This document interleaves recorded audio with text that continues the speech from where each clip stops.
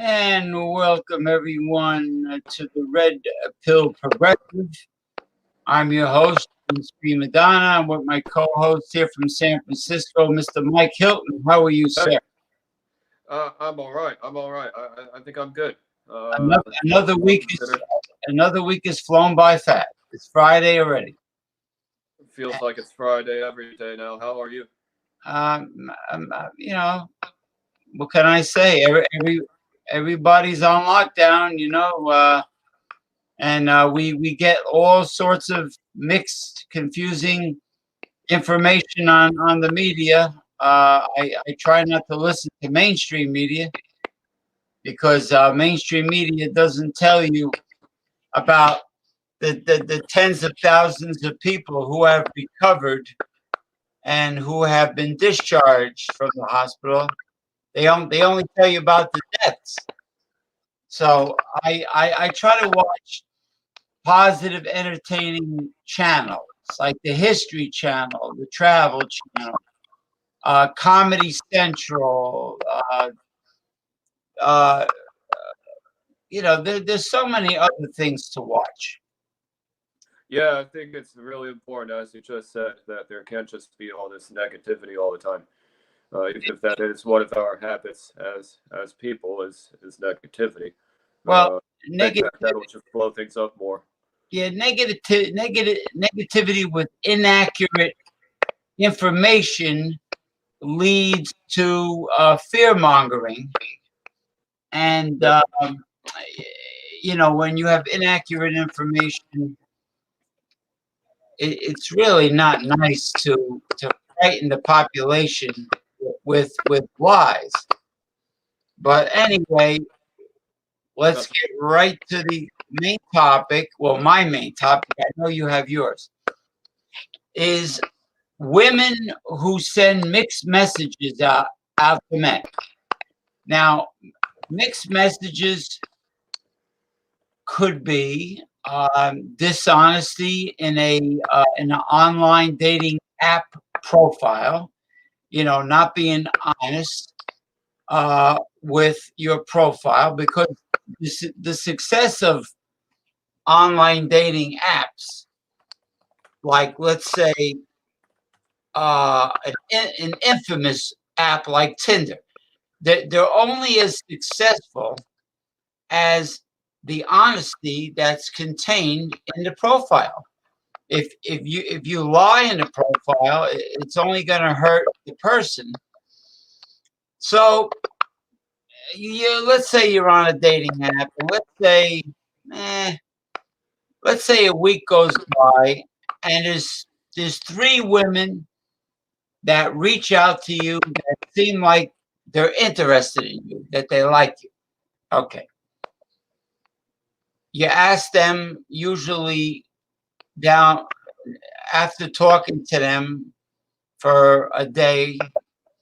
I usually like to ask them if they have another app, like WhatsApp, if they have FaceTime, if they have Facebook Messenger, because when you get them off the dating app, the dating app wants you to spend money.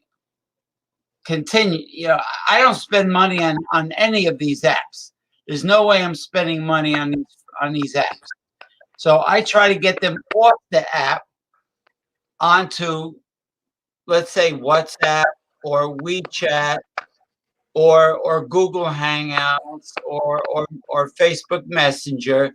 Because why? Because then you could do audio and video calling with them, which is a great way to get acquainted with someone, to get to know someone. You gotta love technology. The audio call, you verify their identity. You know right away if they're a scammer or if their photographs are real, or if they're real. You want to establish if they're real also.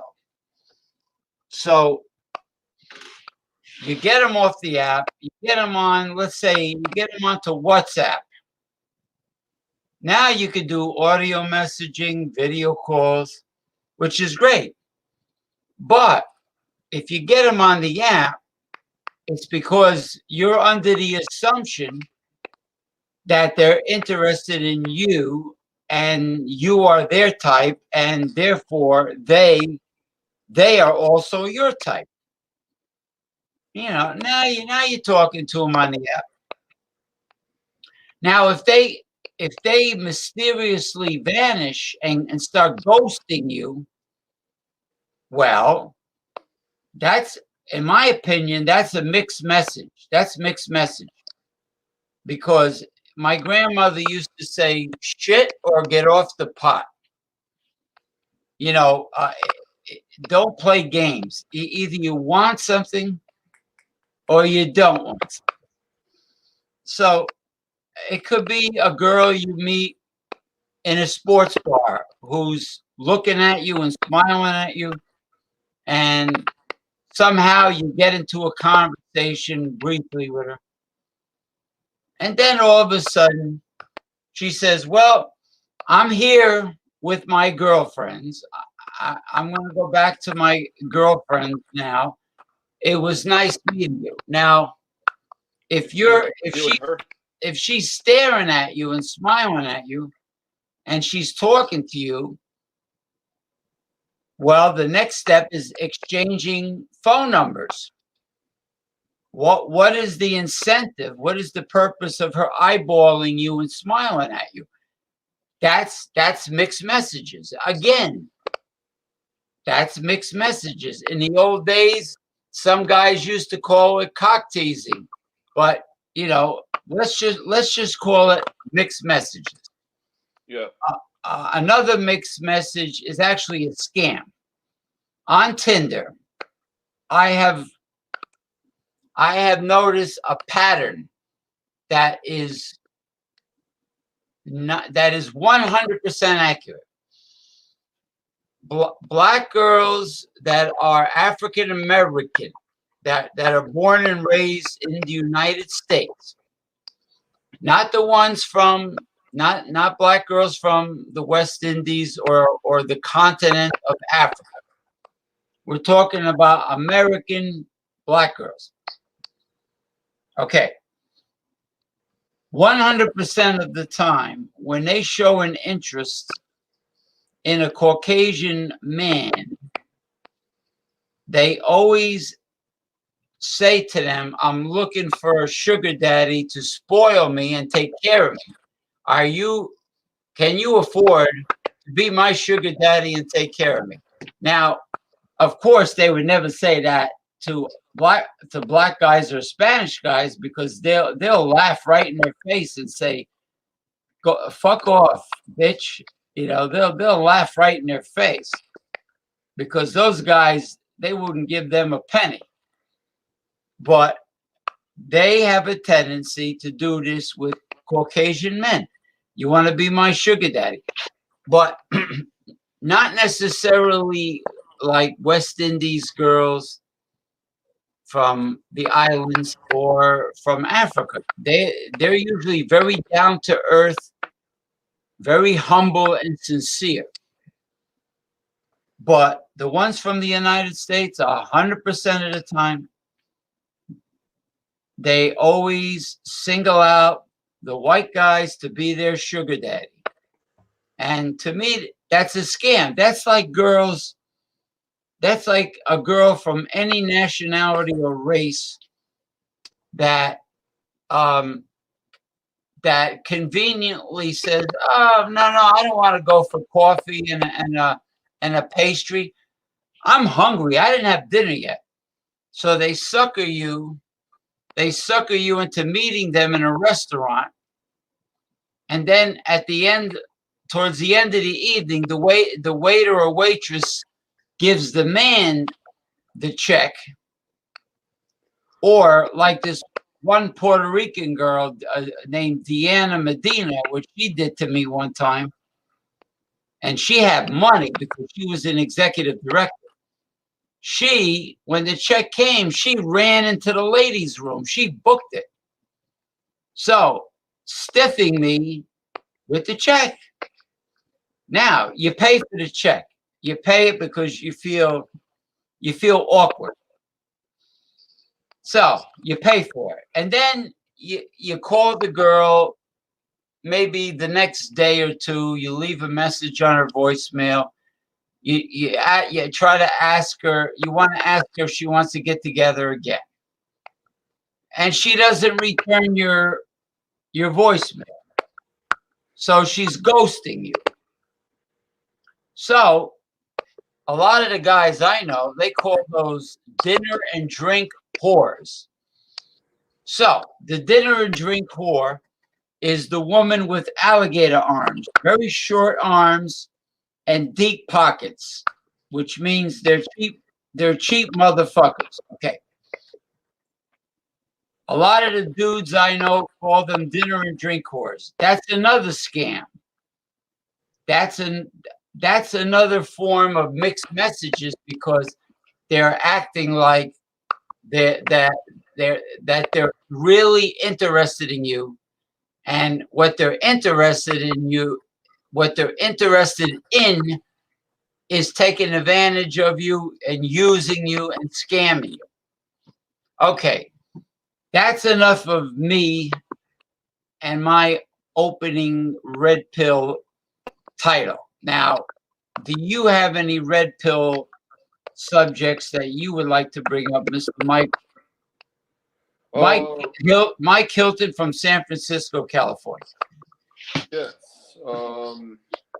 Just to kind of go into more of what you said, the whole issue of ghosting and how when you're supposed to go into a bar or you're supposed to go into any setting really and somebody smiling or staring or something very menial such as that is supposed to generate this whole happy ever ending, more like happy never ending, or whatever, into just it comes out of thin air, and you think to yourself maybe you guys will end up with kids or with a whole big family and a house.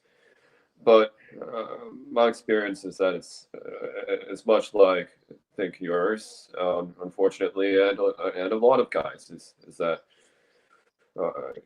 you can be serendipitous, but I think the more serendipity, the better. I feel sometimes like some of these things get assigned by society, and then we are. A lot of people will be so surprised. Why did she get back? Why don't we have any chemistry? Why? And the whole issue to me, especially now with the COVID, with everything going on, I don't want to deal with that stuff right now. And even when I do, all there's a time and a place for the oh she smiled or whatever. But honestly, I as I've said many times, I just go into a place and I just wait. I just wait. And if nothing is going on in terms of conversation, then nothing happened. To me, it's as clear cut as that. And I'm way more okay with that than paying for somebody else without so much as them telling me how much I paid for the meal. Um, if I said, "Hey, I'm going to quiz you for a second. How much did I pay for that?" And then maybe she doesn't even know how much of my finance I put forth. But anyway, that's a little sexist. But point being, I just wait. I just freaking wait. I have no problem with that. because my time, time is money. Time is money. Well, a gold digger is going to target men that have expensive cars out in the parking lot, because a gold digger is looking for a rich man to take care of them. Now, the sugar daddy. Hey, guy, the Chevrolet in the parking lot want to take me home, or it's just Yeah. Now, I feel to say. if you have a regular car, if you have a Hyundai or a Kia or a Ford, a Tempo or something, you're Like in the not. movie Swingers. Yeah, you're not sugar daddy material. So Unfortunately, not. no. Well, no.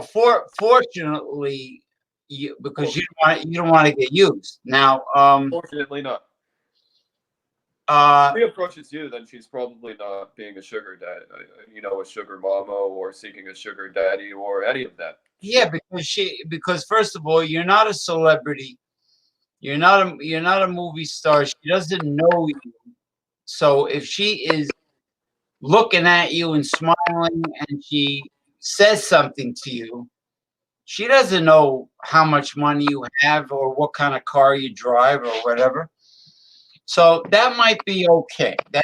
That could be fine. Now, uh, if she's a coward and she says, "Look, I'm here with my girlfriends. I'm going to go back to my girlfriends," and she doesn't take her cell phone out and say, "Let's exchange numbers," then that's a mixed message. That is really stupid. Because why would you pretend to be interested in a guy and not exchange digits? There's No, a lot of that, yeah. yeah. Now, the best policy is to have a life, to have hobbies, to go to your favorite sports bar with a couple of your good friends, and if there's a sporting event on the big screen TV, get some pints of craft beer and watch the game.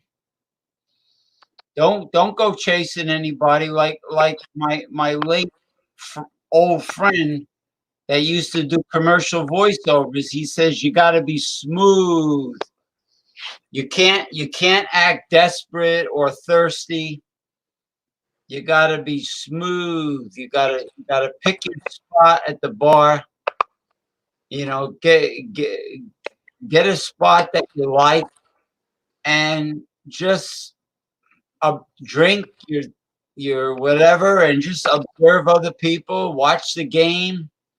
Sit next to an empty seat, but that has a lady's coat hanging on it. What? Sit next to an empty seat, but that has the lady's coat hanging on it.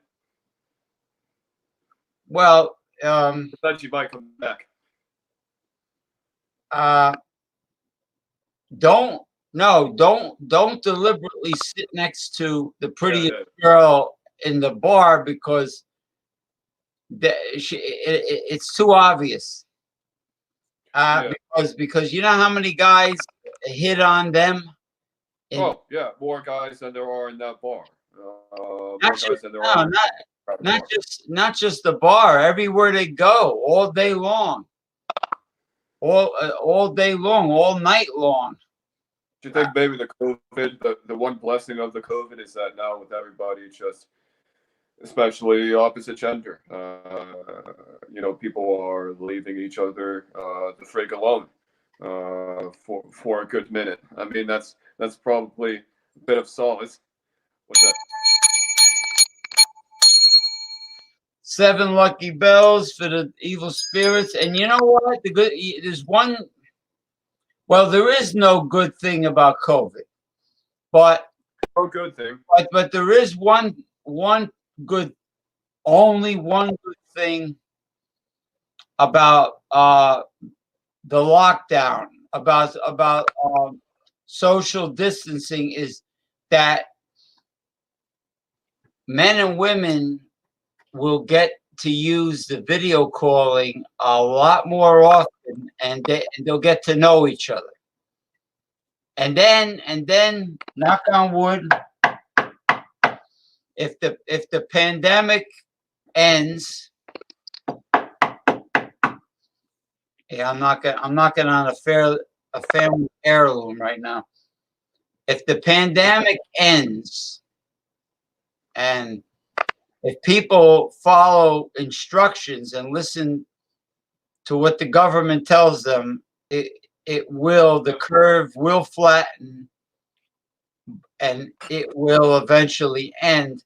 By time that comes, what will happen is you'll know the girl so well by doing video calls with her with your smartphone that by time the pandemic ends, it'll be like you've known her for like years.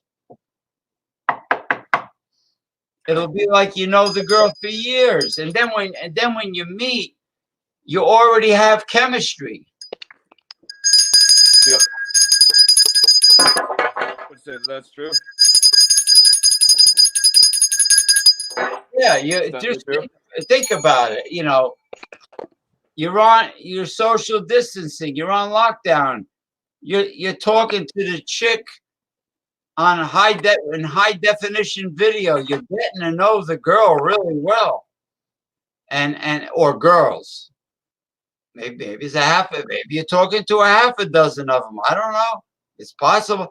Then when the pandemic is over, you know who you have chemistry with, a romantic chemistry. So you know that's the only positive thing that can come out of this lockdown and this social distancing is people will really get to know one another well. And then I think that's what Andrew Cuomo said about bonding. So on the one hand, people may not be bugging each other as much in public now, and on the other, they have more time to have bonding, as you said. And isn't that the whole idea of this? And even the whole idea of this show is not to leave people dumbfounded and all this finger pointing that goes on in society, but bonding with other people.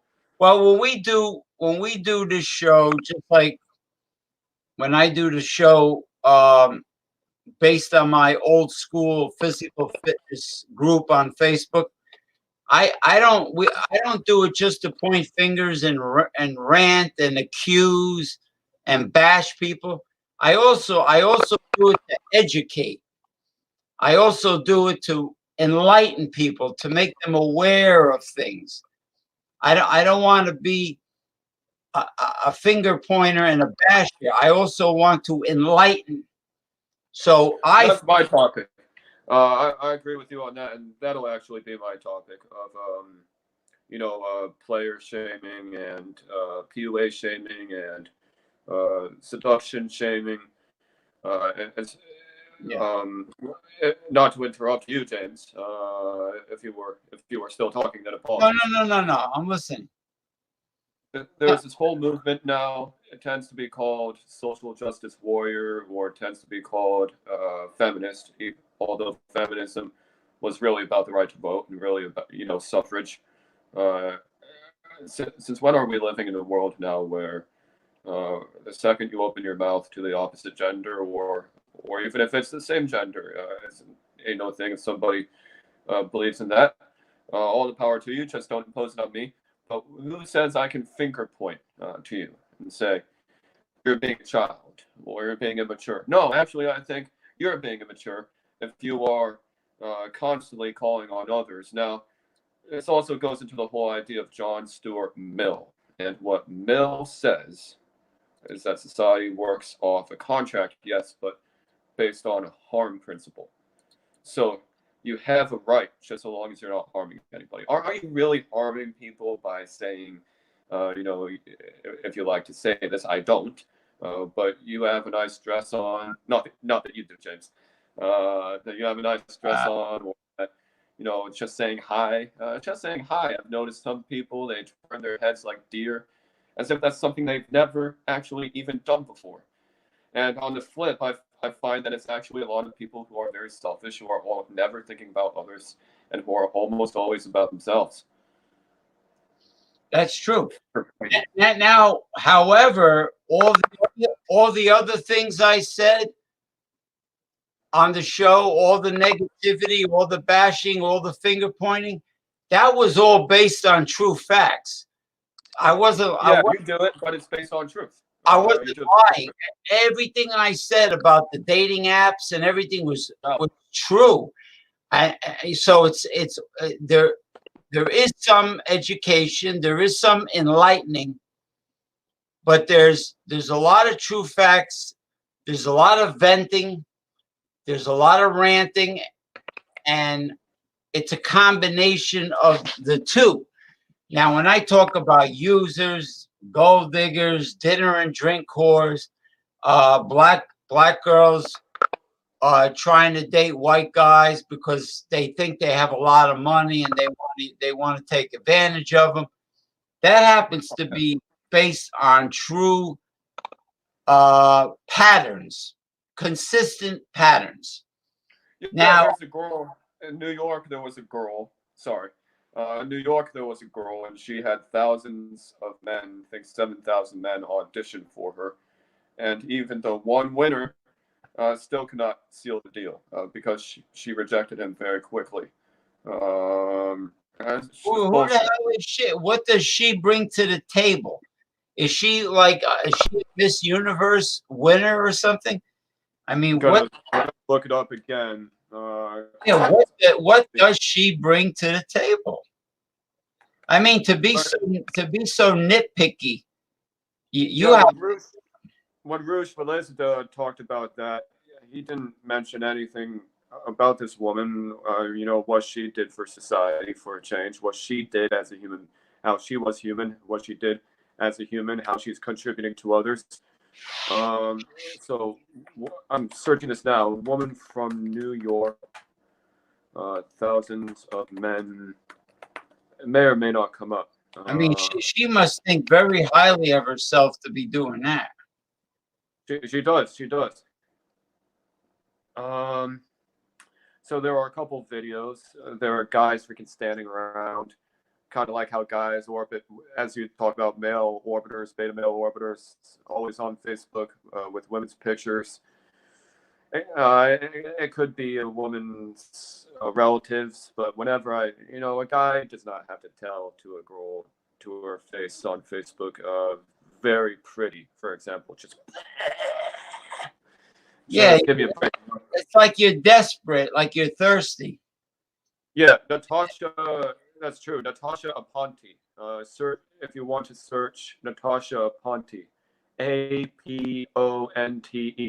You know, apparently she's a celebrity now. What you have to do is you have to see girls like guys that say fun things, guys that are fun. You have to be clever. You have to say something, even if you tease them, if they're wearing funny shoes, even if you like tease them about their shoes, you can't do what everybody else does. You can't say, "Oh, you're so gorgeous, you're stunning, you're beautiful, you're so pretty, you're this, you're that, you're blah blah blah." Yeah, you know. Say that to her at some point, anyway. I mean, come on. I mean, these good-looking women hear that all the time, Yeah. and it's like it's boring to them. They're like, "Oh yeah, here we go again. Another guy is hitting on me. Another guy is telling me I'm pretty. Oh yeah, sure, bye bye. He just wants to get in my panties. Yada yada yada. You know, it's the same shit. You know, but anyway, I think it's time for some reviewing. What do you think? Yes, I agree, and a lot of good points. Yeah, you know what? I think it's time for some reviewing. If you want to bash, or if you want to bash or give compliments to some food that you've eaten, that'll be good. Oh, I had that beer one time, Mississippi Mud. Mississippi Mud. What you think about it? Well, I had it ice cold, and it was summer, and it was refreshing. I didn't dislike it. I actually I think I saved the jar. I threw all my pennies in there or something. Yeah, it's this jar is hilarious. It's so funny. It's got an alligator in front, right? That's right. I liked it. Trying to get the best possible. That's good. You like it. That's good. They have it at Trader Joe's. They You know, sell the jar. but then again, I love all dark beers. Of all, I like Imperial IPAs. Imperial IPAs are good, but I find having only one's not enough. Then you want another, and it's not good. You know what they were talking about on Jay Terrio's show, that originally Americans wanted German style beer made from certain malted barley where the beer was clear. Americans at that time did not want hazy beer that was cloudy beer, and certain barley malt, a certain type of barley malt that we're describing, produces cloudy beer versus super clear beer. And but now the cloudy beer is in style. The craft beer that's cloudy, like when Eric shows New England IPAs, it looks like a fruit smoothie. Or, Yeah. or when you brought the Sierra Nevada IPA, it had like full bodied cloudiness, and it had that like orangey look. It was like a walking fruit, pretty much. It was like a fruit smoothie, right? Maybe not the smoothie aspect because of the Weepa thing, because West Coast and not East Coast, but still, it still looked like a fruit juice. Yeah. To me, In other to me. words, today's craft beer enthusiasts, they want the murky, cloudy, thicker looking beer as I opposed. don't like it. I do too. Oh, I'm sorry. Go ahead and analyze your Mississippi mud. No, no, you taught me No, something just then. I'm done yapping. You taught me something, buddy. Using my Samuel Smith glass, my Samuel Smith pint glass. Here's a look at Mississippi Mud. It's the ABV on this beer is quite impressive because it's 65 IBUs. But the ABV on 65 IBUs is just incredible. I think the last time checked, because it's a porter and pilsner, so it should be pretty low. Hold on, gonna search on my trusty Google here. The Mississippi Mud. I have to remember MISSISSIPPI, and then I'm going to untapped.com. And yeah, so it's 5% ABV. But James, get this. It is 65 IBUs. 65 IBUs. So it's a bitter bomb. It's a real bitter bomb. It's thick. It is cloudy. It is quite cloudy. So they may have used that barley malt.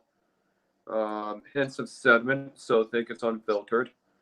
We'll actually say medium, maybe medium to low body beer. It's still rather premium, kind of lager-like in essence. It's a bit of a dark ruby. It's a bit like a red ale. It's a bit like a red ale. Oh, I love Killian's Irish Red. Do you ever have it? I like that. Oh no! Oh man, have not had Killian's. Have not had Killian's. You never had Killian's Irish Red, but that does have a reddish brown. That does have a reddish brown look to it in the light. You're right about that. It's very impressive. It's got the aroma. Yeah, this nice burnt kind of birchwood sense to the beer. Bit of coffee.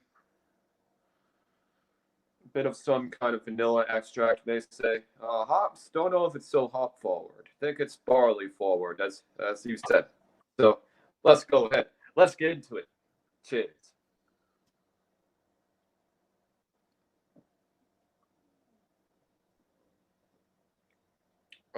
I've already reviewed it before, but presto, fruit at the front, bitterness at the chocolate at the front, bitterness at the back end. Good lacing, good seaside feel. You do get a porter pilsner rush to the beer, so they're having this be both a very drinkable, juicy pilsner, and also a very smooth, creamy porter in one. It's just unbelievable. And if you could have, I can't believe didn't buy 10 jugs of this, James. It's crazy. You see the amphibian on the front. The reptile. Yeah. No, That thing would fucking kill me. They bite a lot harder than a salamander. That's for sure. Yeah. No, it sounds like from what you're saying, a salamander is already quite painful if that happens. I used to have a California newt. I liked it. It was had a cute face. It might be nice to have, a pet lizard. That might be cool. I don't always understand. We could have cats, we could have dogs, but there's nothing wrong. No, I have exotic pets. I just don't eat them. I have 2 crested geckos, a male and a female. They're pretty good size too. I have a scorpion. I have a hold on, let me put my image up. I have an Asian forest scorpion that's this long. I have 2 crested geckos that are several inches long. Very, very tame, very docile. I have an aquarium where it's a community fish, because if I get aggressive fish, it always ends up by itself because it kills everything else. Oh yeah, because it doesn't know what food is.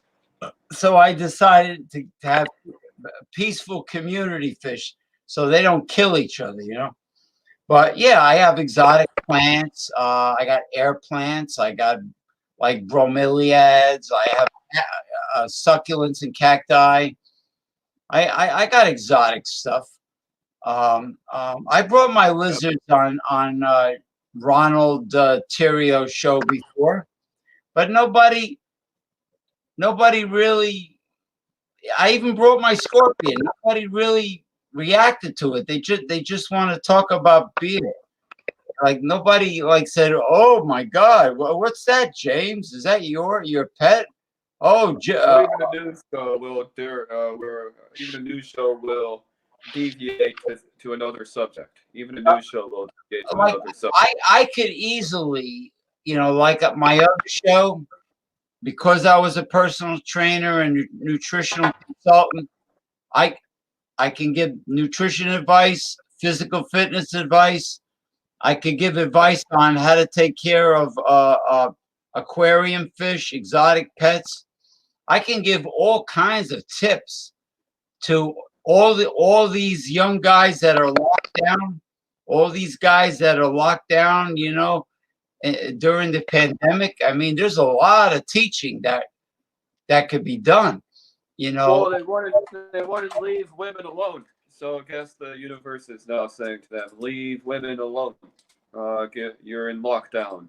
You're locked down away from women. Well, first of all, don't move in with one and don't marry one, because the legal system will take you to the cleaners. That's right.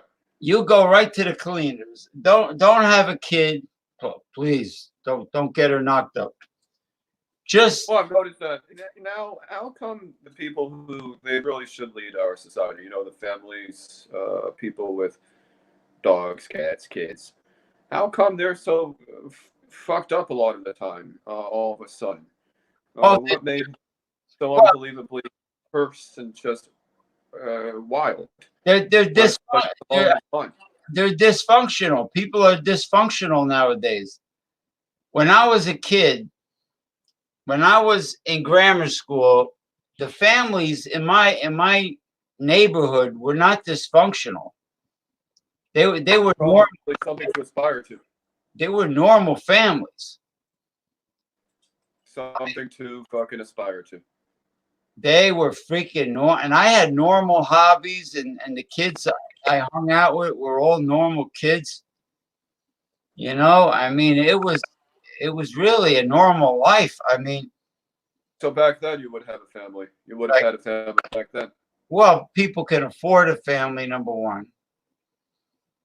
In those days, you're talking about the prosperous Eisenhower days of the 1950s and the early 1960s, when a man can afford to have his wife be a homemaker. Well, that's if she, well, women were talented back then. You know, they knew how to do laundry. They cooked really good. They cleaned the house. They actually worked at home.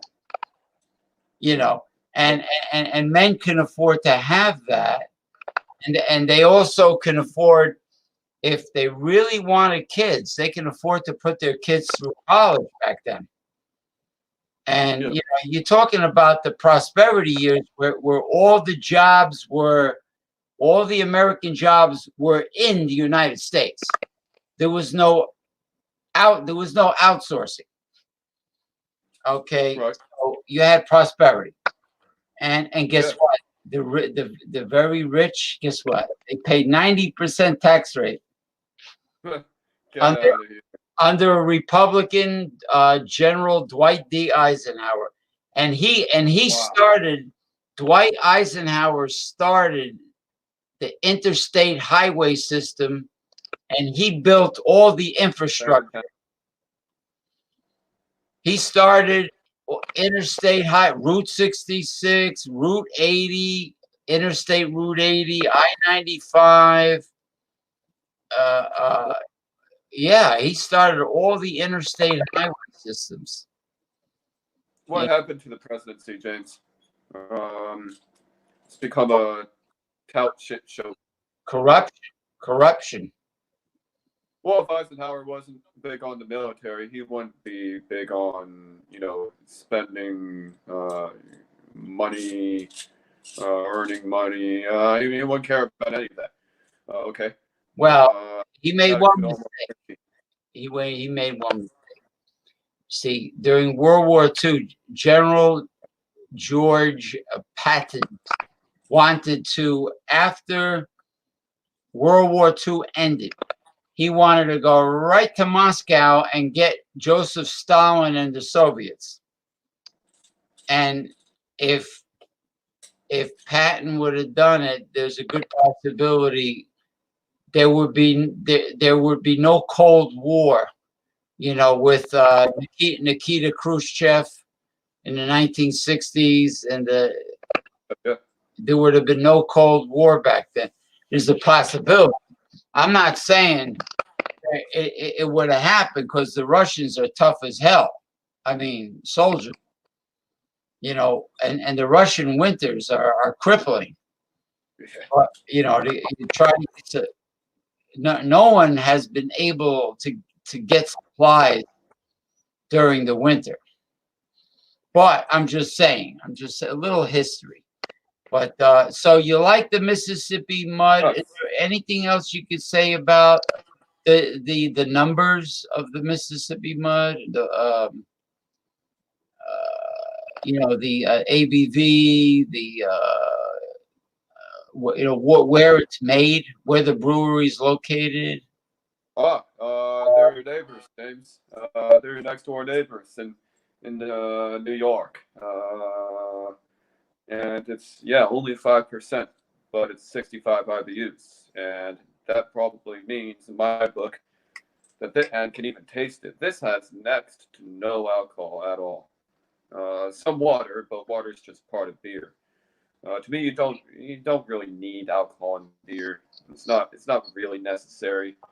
That's more about the hops. So your Sierra Nevada definitely has more kick to it. Um, I would say add more kick to it, yeah, because the IBUs were a little bit lower. In my mind, the higher the IBU, the lower the alcohol. The higher the IBU, the lower the alcohol. And that's probably a bit of a threat to your next morning if you have more than one. But I'd honestly rather drink, these rich of beers. And it's better return on the investment. Think that Pale Ale by Sierra Nevada, you won't have 60 because it's a pale ale. It's not an IPA. Don't know why they put that many fucking IPUs on an IPA sometimes. IPU. But I think that the IBUs on there are okay. It's low. It's low. So there is more alcohol in that beer sometimes. I think you're right on that.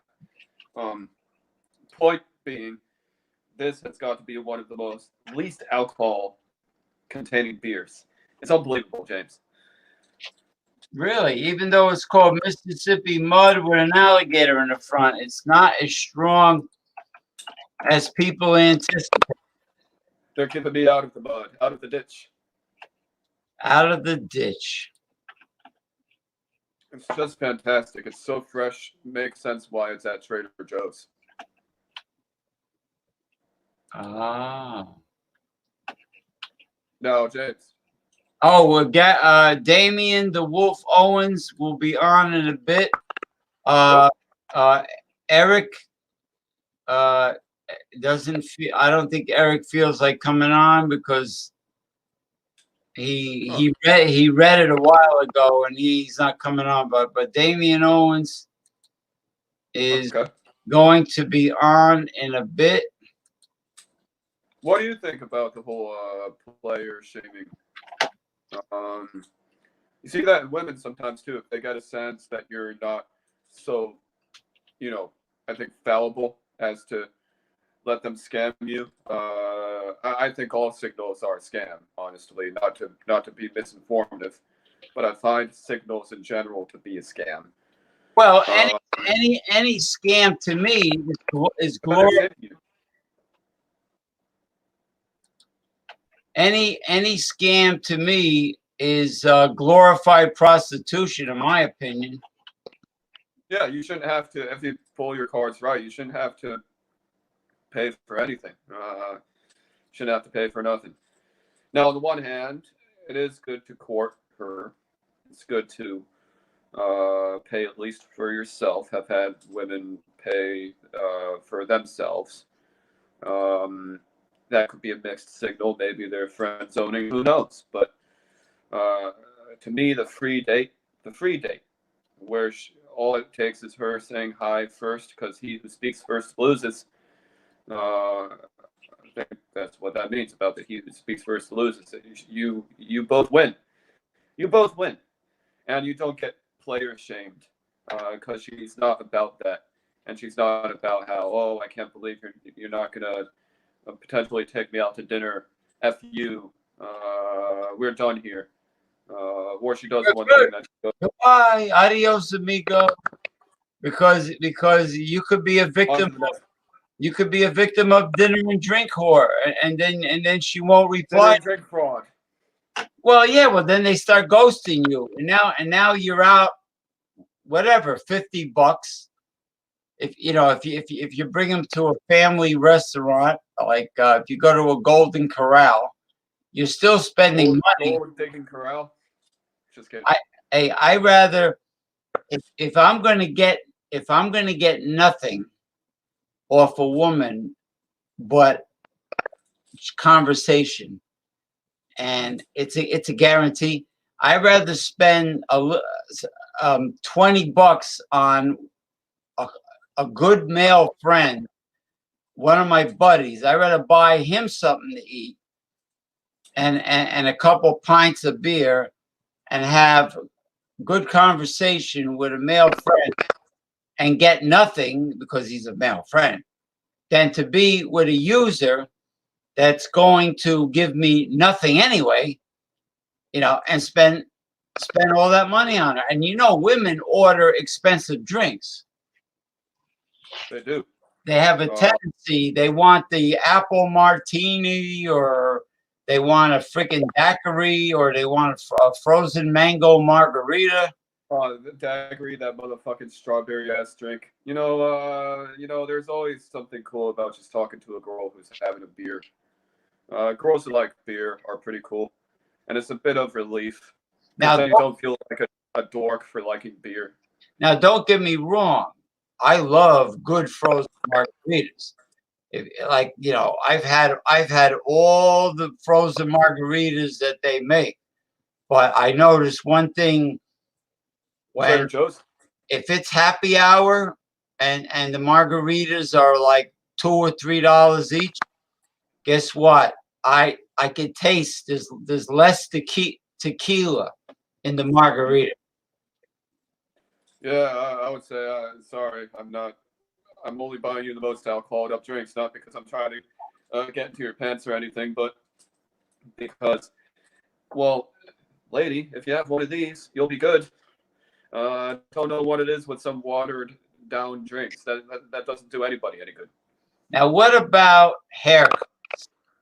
Now, all the barbershops and salons, they're not completely closed, but you have to call them for an appointment. In other words, the sign says call for an appointment.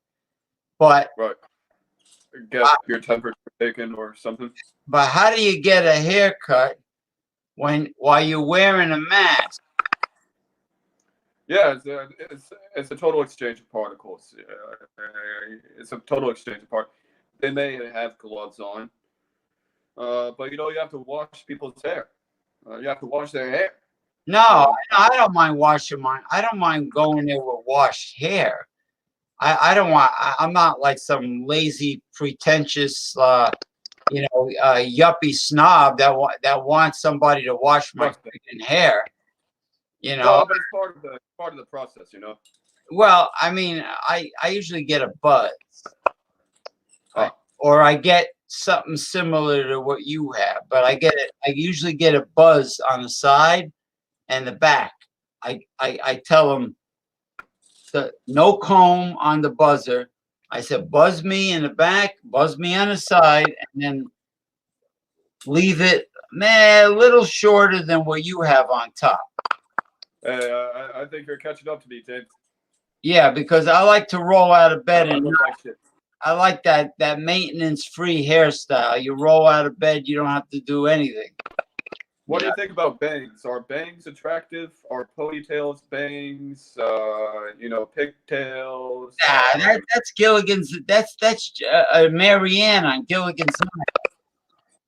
Right. You don't find that attractive? You find that maybe a little bit immature, even. You mean for a girl to try to act? You mean for a woman to try to act much younger than she actually is?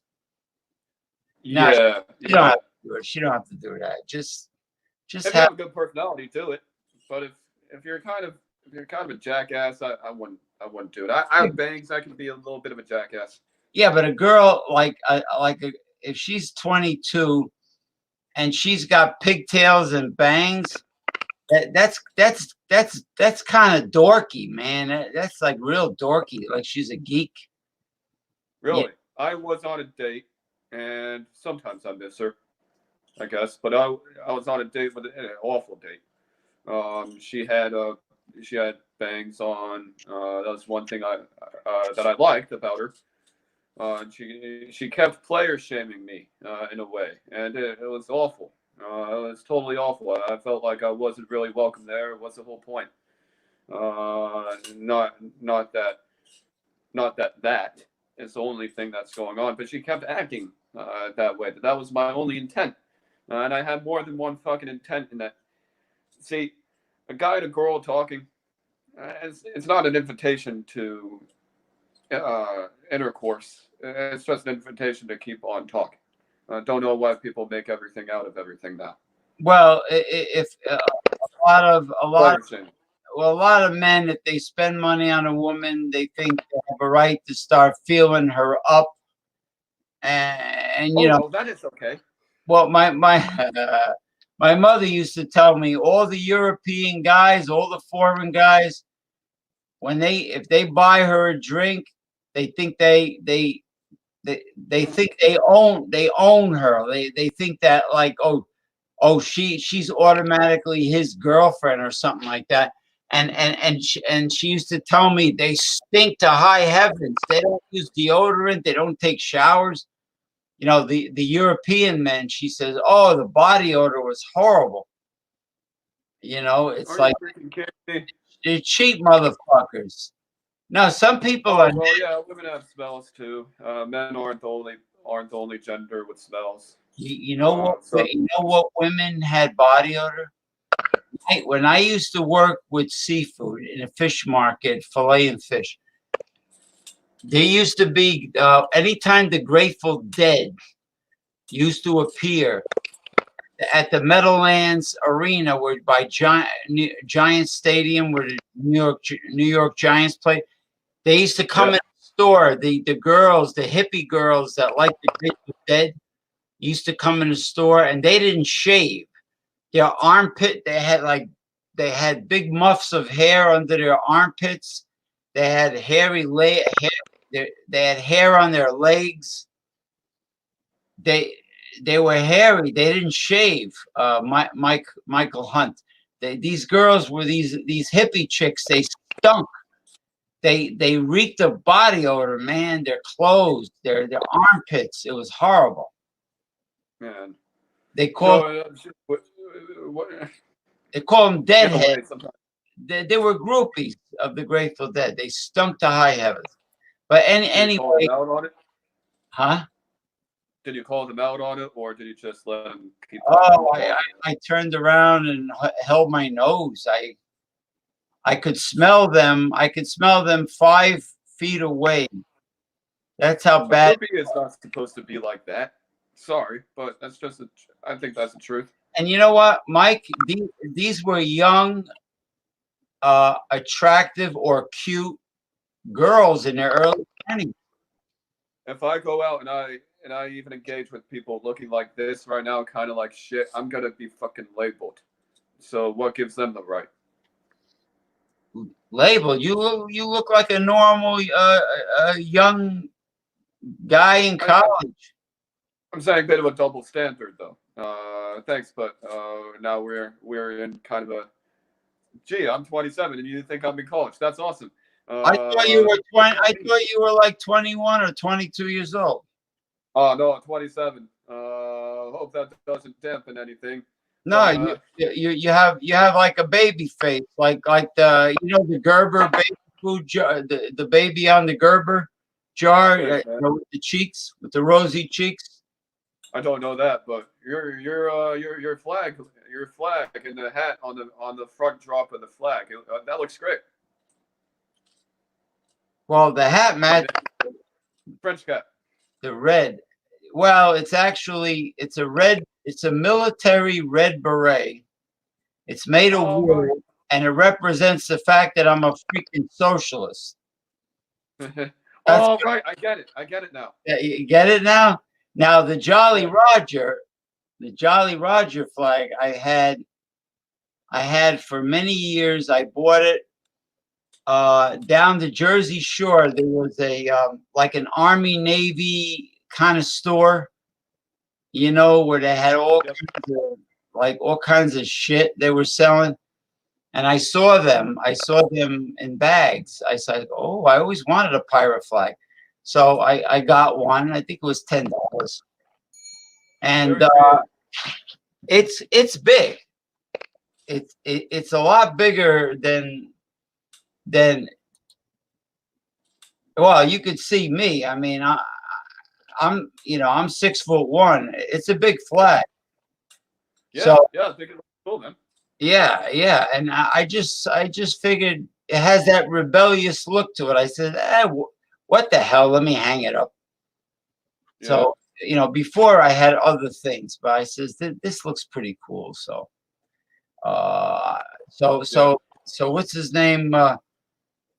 Damian the Wolf Owens said he will be joining us.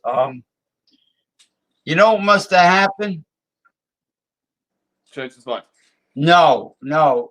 He I think he has to be I think he has to be at work in the morning on a Saturday. Oh no. I'm not saying he won't show up, but he's probably maybe finishing up a late dinner of some kind, some sort, or maybe what he's doing is he's getting interrupted by family members. Me, when anytime I used to do a live show, I used to tell people, don't you dare bother me. Don't you dare bother me. I'm going live. Father. What, like some ladies trying to knock down your door? No, you know what no, my mother, God rest his soul, she was an interrupter. But I had to really explain to her, say, look, I'm going to do a live stream show. It's very important that you go watch something really good, one of your rented movies, because she loves sci-fi and horror movies. I say, go watch one of your horror movies or something, because I am going live. But You live with? She lives with you, or? well, when she was alive, she lived. I mean, she lived with you. Yeah. Yeah. But kids will. Well, they don't understand. That's why there he is, Damien the Wolf Owens. The one, the only, Hey, who Damien, what's was going on? How are you doing a little drumming. Oh, you were drumming. Simon, just take a little break. Oh, yeah, he did. Mr. Mike Hunt. Not Mike Hunt. Well, I'm sorry, Mike Hilton. I'm sorry. I had a regional manager when I worked in Seaford. His name was Michael Hunt, Hunt. And when they used to page him, would Mr. Mike Hunt, please come to the courtesy desk? And, I know that.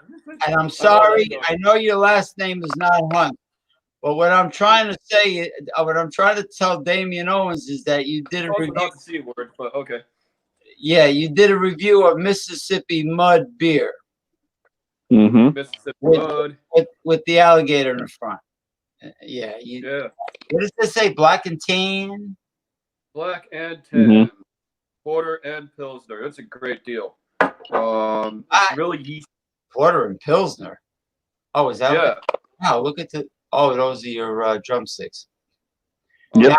These are my drumsticks. Now, Damien is a malt liquor aficionado. Malt liquor. You know a lot about malt liquor, Mike Hilton? I've heard of it. I don't know a whole lot about it, though. I know of Steel Reserve 2.0. Steel Reserve. But I've never had it before. I never had it either. I can believe that. You have or you haven't? No, I don't know anything about malt liquor until I just listened to this guy talk about it. I don't know. It's trying to hide the whole fact that it's a strong beer, right? Now, tell me something, Mr. Damien the Wolf. Some guy on an earlier show was bragging. He was from Pittsburgh. He was bragging about an ice beer made by Labatt's. Yeah, Labatt.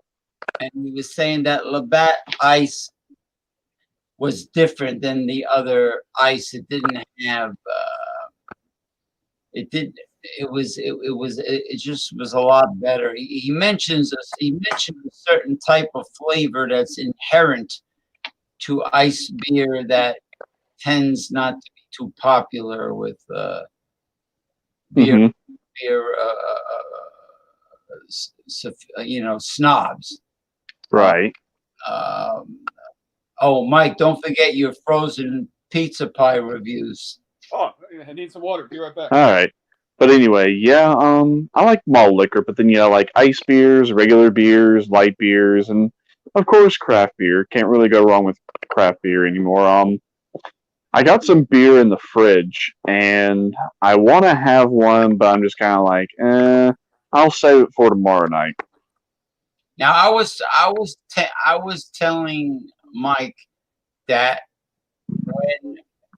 when the European beers, when the Germans first came here to Hmm. start the beer industry, Americans wanted that crystal clear type of beer that came from a certain type of malted barley or a certain type Right. of barley.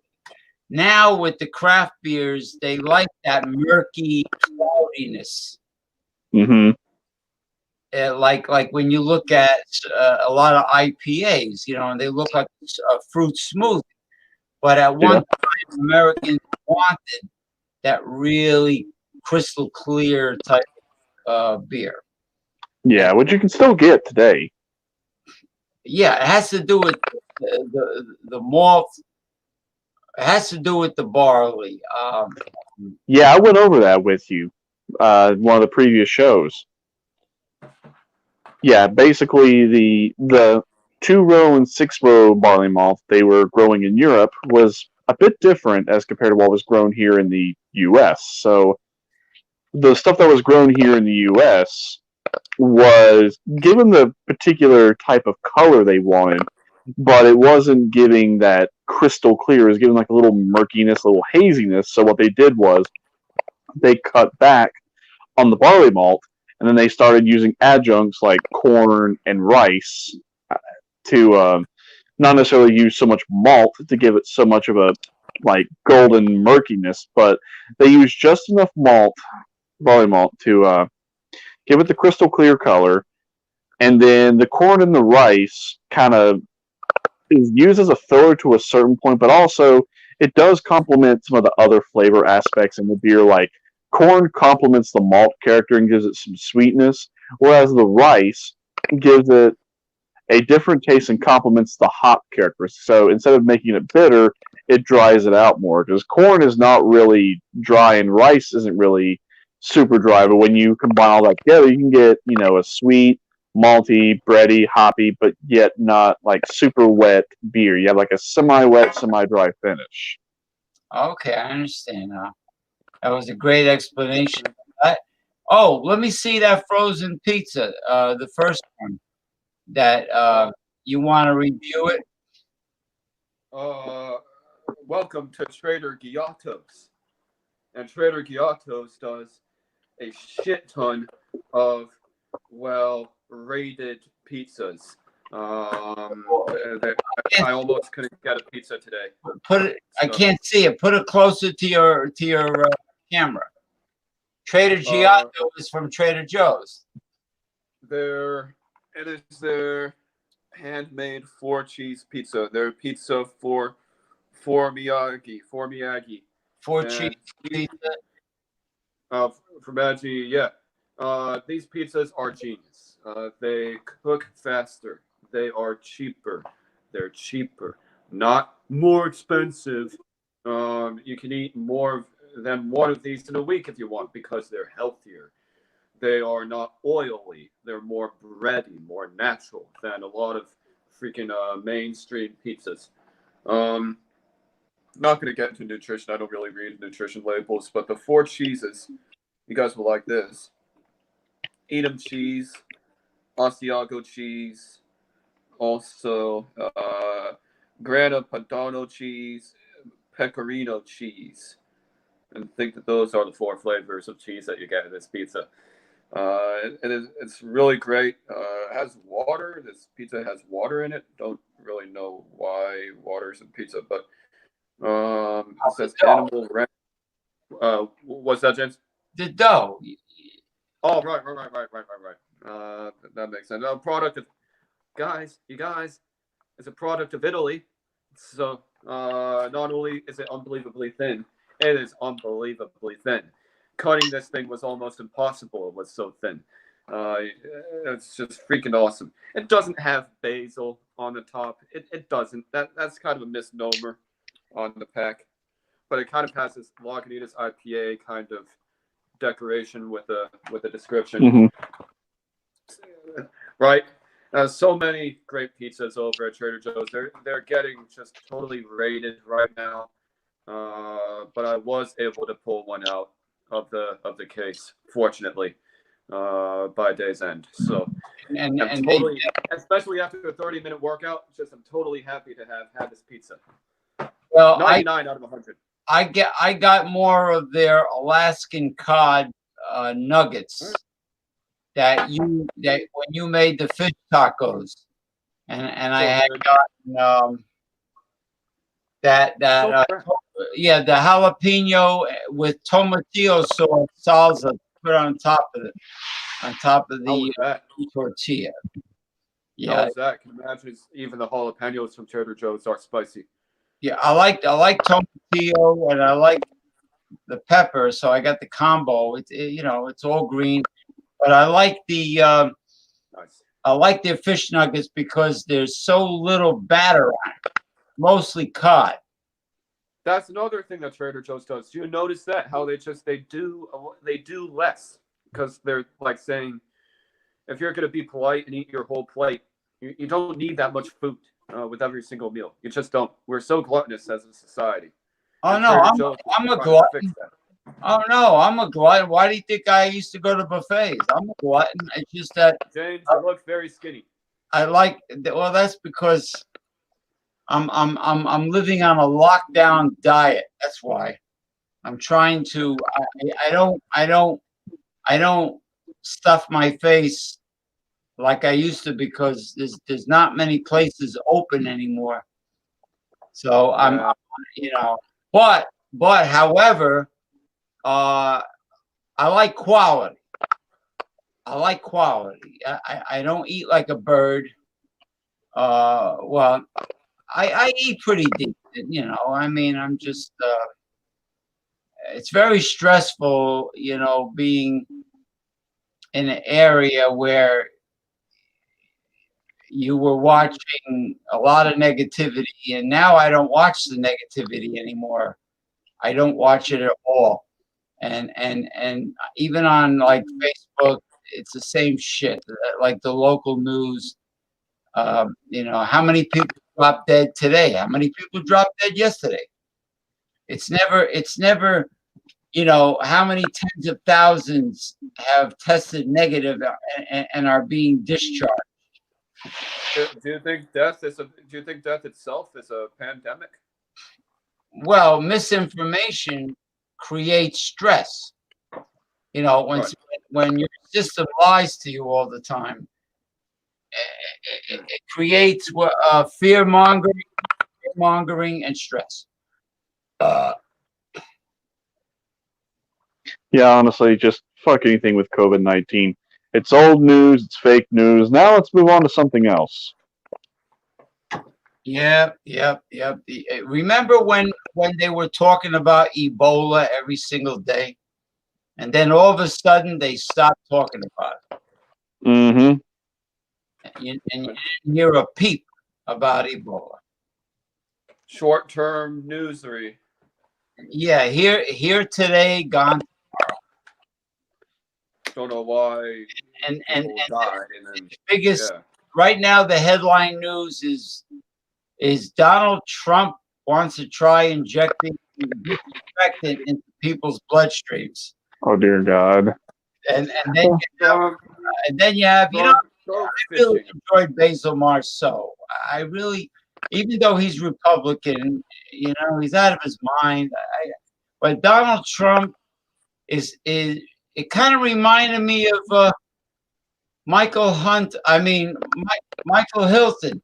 Remember your protocol for injecting liquid soap into people's. Oh dear God. I thought it would be a good idea. What? Okay. So what possessed you to think this was going to be a good idea? This is what I'm trying to figure out. Just why. Explain your rationale and your reasoning. It seemed healthy. Soap seemed healthy. It didn't seem like it was harmful. So I thought if it can kill the bacteria on the outside, it can kill the germs on the inside. That's Okay, that's wait. Okay, wait. Hold on a sec. Okay, so you use it on your hands. It's safe to use on your hands, but also does something along the lines of okay, you use water with soap that dilutes it and cleans the germs. Are you aware that so much of blood is water, and that maybe that would dilute it? Did that cross your mind as well? Yeah, that totally crossed my mind. It Ah, says it was. I now we said get to the method of the madness. I said it on Bender. I said it on Well, Bender. well, It if wasn't right. I wasn't trying to be a doctor. I was merely speculating about it. well, if As you to get a bottle of that's not mouthwash, Listerine, or even peroxide, and it says on the bottle, "Do not swallow this product." Right now, right. it's I only for completely. I forgot about that. I forgot about that. like In it's my only emotional it's stupor. only to be used as a mouthwash and a gargle. That's when people go, you know, it's not to be. Like you guys do sometimes. No, that's Joe Biden. He goes,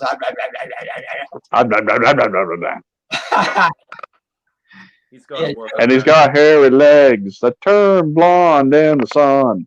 and, And the sun. and the girls like that Okay. hairy legs. I forgot you can't swallow soap. Girls. I forgot that you can't swallow soap. I guess I was just in that emotional stupor, and I was trying to emotionally expedite this whole thing. I think you Uh, had just this thing called a bit too much to drink. that could have happened too. That could have happened too. Because, I mean, No, craft beer, you guys. drink enough craft beers, they will fuck you up. True. I have had issues. I got thrown out of a brewery one time. Just was Oh, having a God. bad night. Was having a bad night. So I think it's drinking craft beer is fun, but Got I thrown think out. they call it tasting. They call it tasting, not a gargling. Wait a minute. It's a brewery. They want people that love beer inside. You got Yeah, I lost. was acting out. Let's just say I was acting out, and You were it acting wasn't a out. better night. Oh my Um, goodness. yeah. So you got So thrown out of a brewery, huh? I did one time. So yeah, craft beer. Gary's right on that. Being careful with craft beer. Especially if you're new to craft beer, it can be a bit of a liability. So yeah, you taste it, and you're all, oh man, this is so great. It can fuck you up. It can really fuck you up. All right, now, Especially now, if you're new. now, answer me this: craft beer, it's wonderful in many ways, but the ones Yeah. that cost over $10 for 6 bottles, give me a break. I mean, well, what's the Trader most? Joe's sells one for $2. What? You can buy one beer at Trader Joe's for $2. You're making me jealous because in New Jersey, only 2 or 3 Trader Joe's is allowed to have a liquor department in this sticking holier than thou state.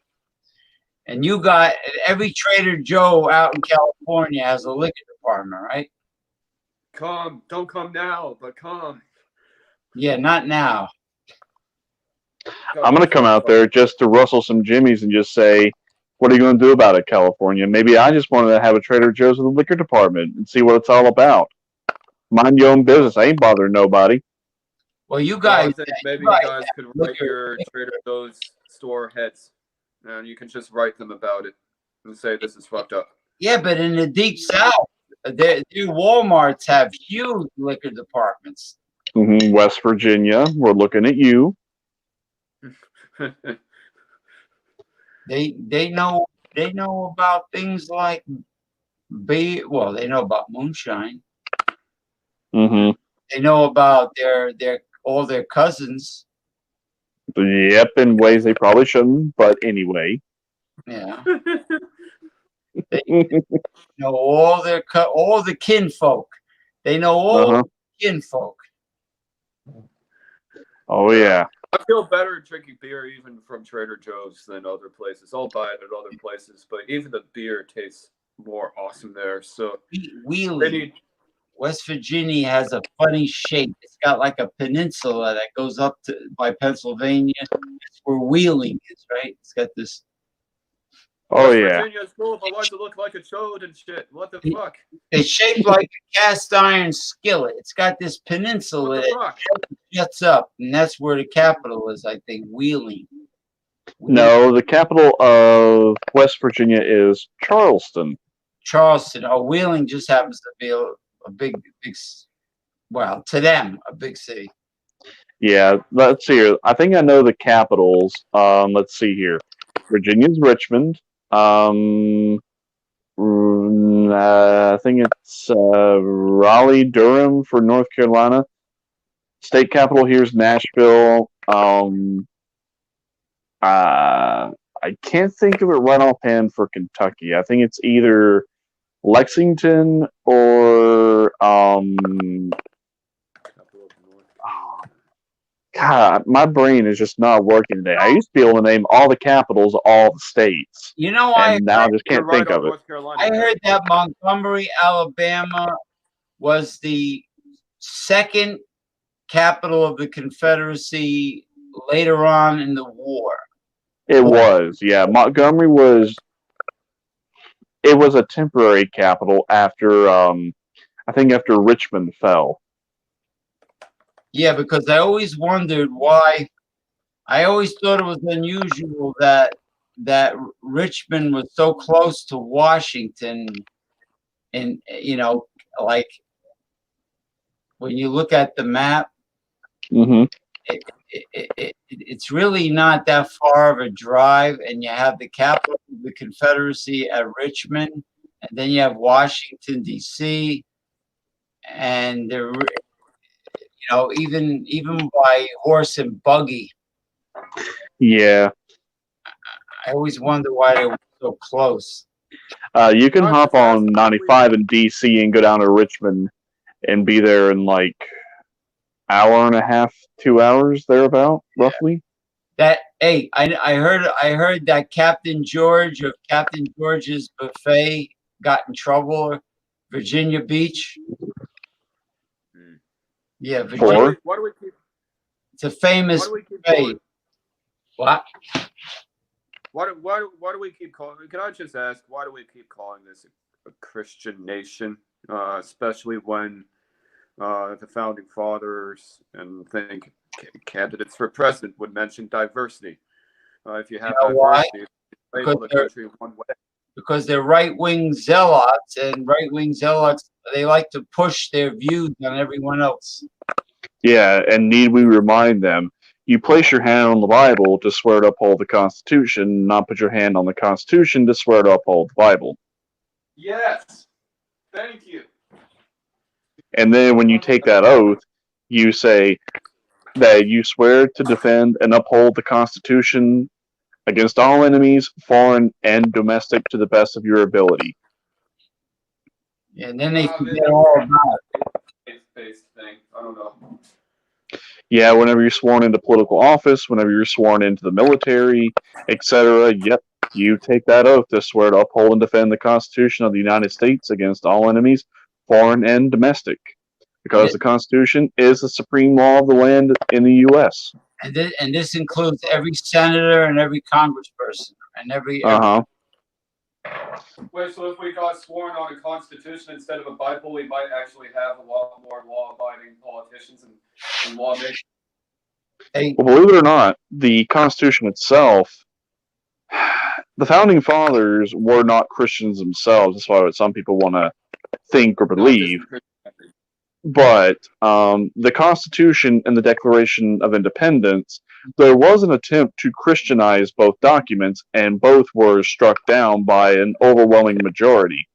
So technically, both documents are what are considered secular documents, meaning they are non-religious documents. No mentioning of religion as a governing basis really is anywhere. The only thing really mentioning religion in the U.S. Constitution is the First Amendment, where Congress shall not establish a law based on religion, thou or shall not prohibit the free exercise thereof. Meaning, yeah, you can have religion, but no laws are going to be based on it. Yes. Nation, we're going to go to Bible, separation of church and state. What? There you go. Yeah. Well, here in Tennessee, the evangelicals still have a little hold, but they're losing their grip slowly but surely, and rightfully so. Yeah. Well, remember those that certain sects of Southern Baptists that where the pastor would be dancing with rattlesnakes in the aisle. Oh yeah. Remember that? And his wife, Oh yeah. got bitten and she died, and he's still doing it. Oh dear God above.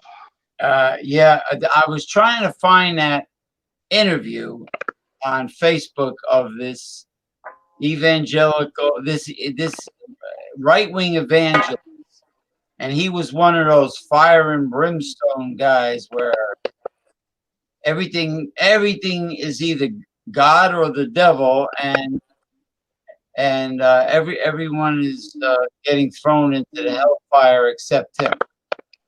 He's one of those. He was one of those. But then he says, I need your tithe. You got to plant the seed for the Lord. Send me your tithe. Yeah, right. Okay. Ending the kingdom. Yeah, like what do you call? He wasn't even a real pastor. He was in construction. Harold Camping. He knew the end. Every year he predicted the exact date of the end. Except Wait, now hold on. If it didn't happen and he has to do it next year, I mean, what the fuck? Well, he was from San Francisco. He was a big construction tycoon that he decided to become an evangelist, and he used to predict the end every year, and every year he was wrong. But he couldn't predict the day of his death when he croaked. Oh well, hopefully he's right on that one. No, he couldn't predict that, but he was wrong about the second coming of Christ. He was wrong, but people sent him a ton of money. Oh man, so San Francisco's paradise, but we have a lot of crazy people over here. Yeah, you don't say. San Francisco is more left wing than the Northeast. Would say it's more left wing. Would say that the Northeast is more sane wing than my neck. Yeah, I just like it here in Tennessee. You couldn't pay me enough money to live in California or New Jersey. Wouldn't happen. Like it, yeah. Phil Bredesen. Heard about him. He seems pretty cool. I would have voted for him. He seems level-headed. Level-headed? You mean like Herman Munster? He was level-headed too.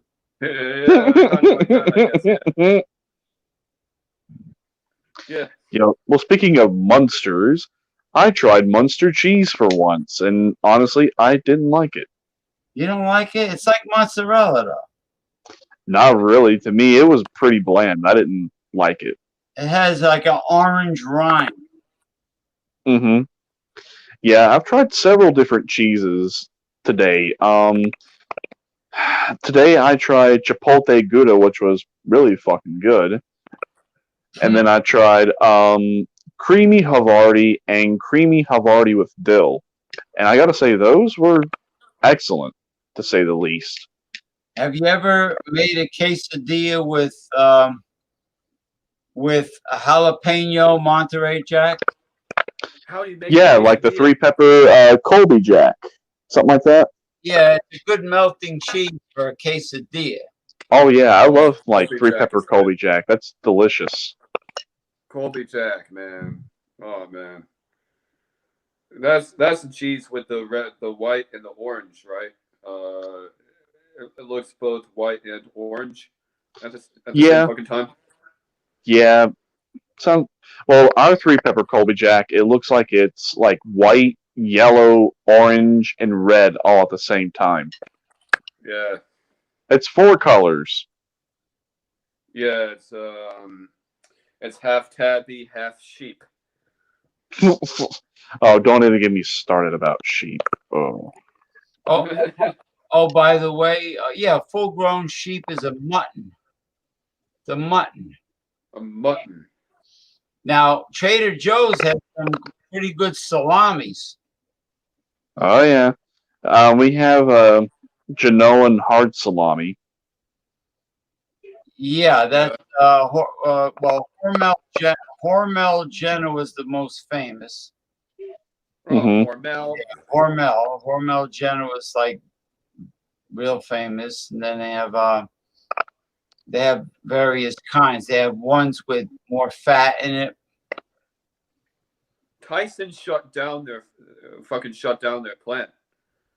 What you guys think about that news? It's news to me. Well, there goes food supply shortage. You mean Tyson Chicken is completely shut down? They had an outbreak again. They're belly up. They are fucked. Which is Yeah. gonna suck because I like a lot of Tyson products.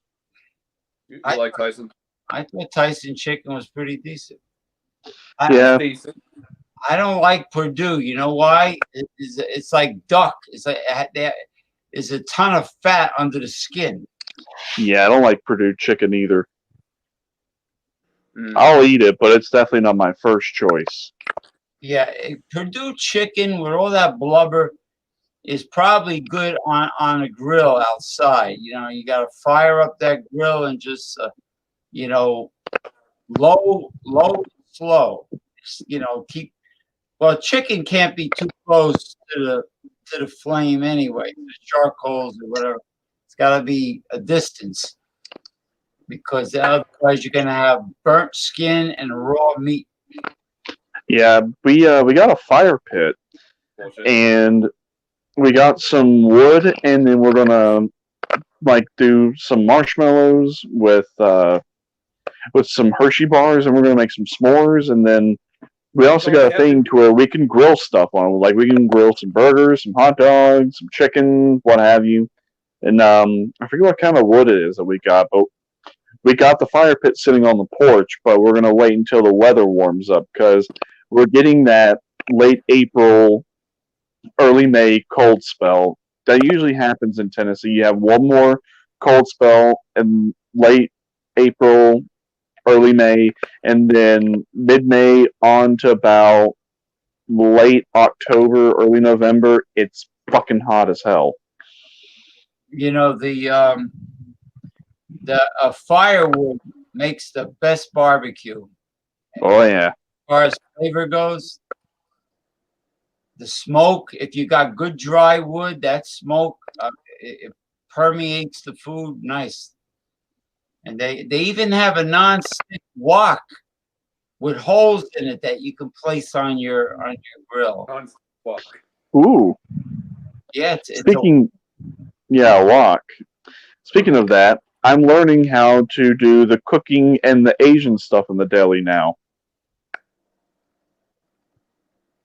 well, how do you do the Asian stuff? How do you do the Asian stuff in the deli? Like we have a hot bar, and then we have a wok where we fix Asian food. Like we'll have like sesame chicken, orange chicken, sweet and sour chicken, fried rice, beef and broccoli, mixed vegetables, veggie lo mein, and then a couple egg rolls along with egg drop soup and wonton soup.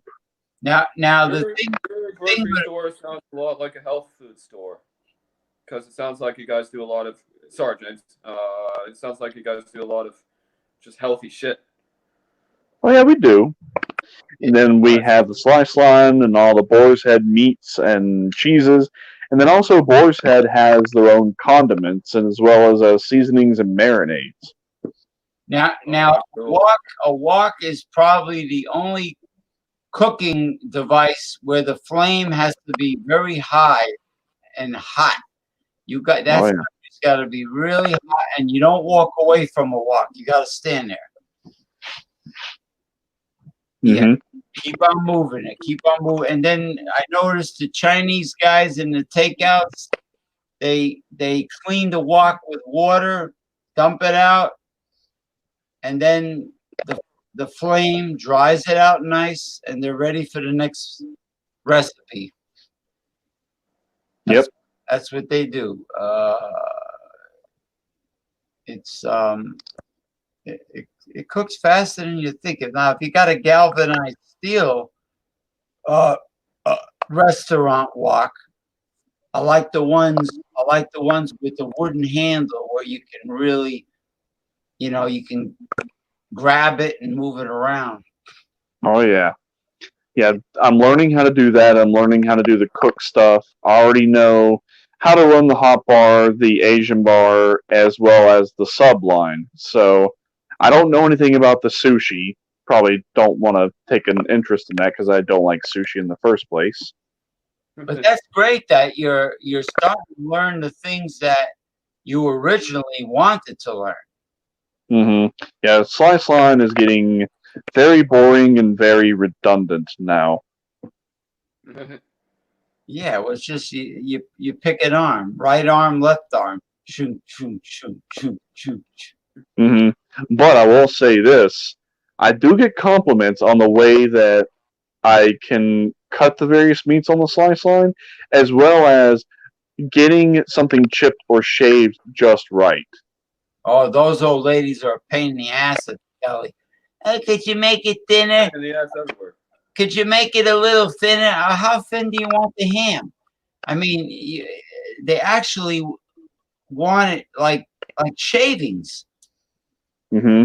Some of these old bags, they want the boil, like if let's say boiled ham, they want shavings.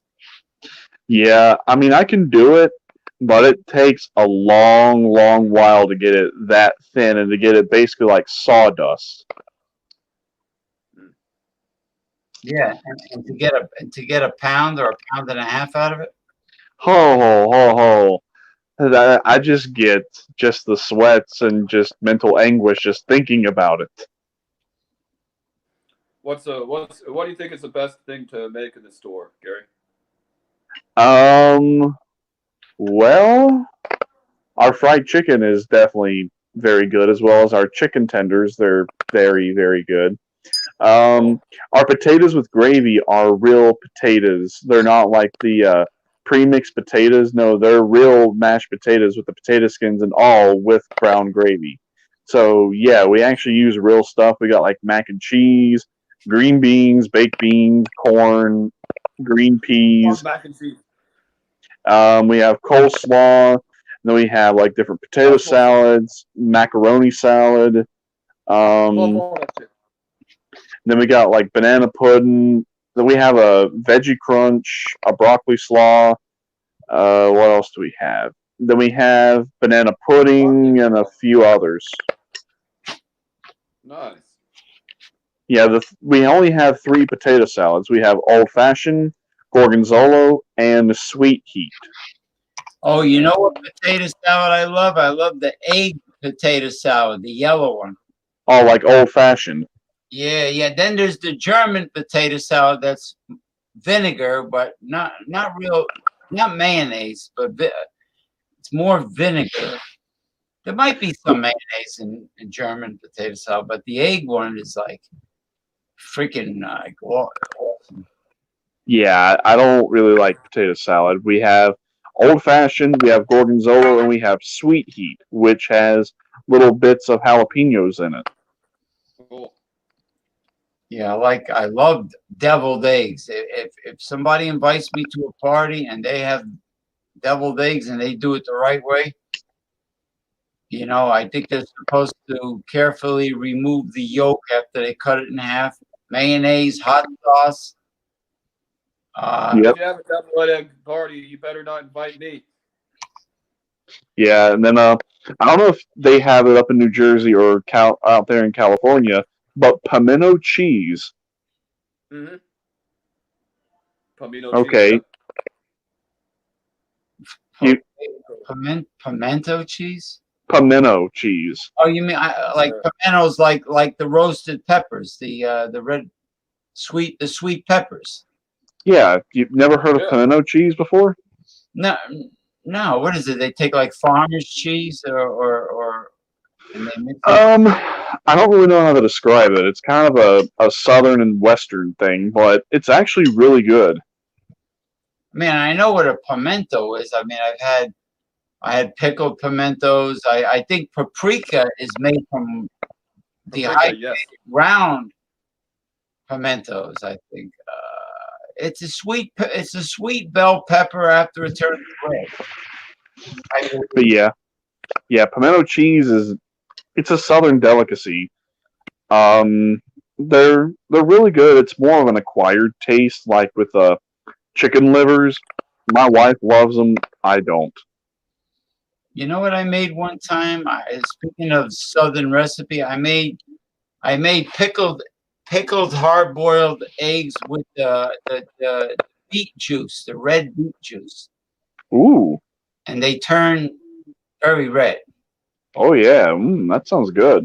Yeah, what you do is it's like making German sauerbraten. You boil the pickling, you simmer the pickling spices until the water gets real dark, and Hmm. you don't need that much, like a cup or two, but you let it boil down, and then when it cools off and it's real dark, then you add like a cup, or you can add more vinegar if you wish. Uh, Hmm. and then you put the can. You take the can of beets, you dump the liquid into the container Right. without the beets, and then you put the hard boiled eggs in, and it takes about a week. And they get pickled, Mm. and they get red. And I first had them in Lancaster County, Pennsylvania, and, where the Amish people live.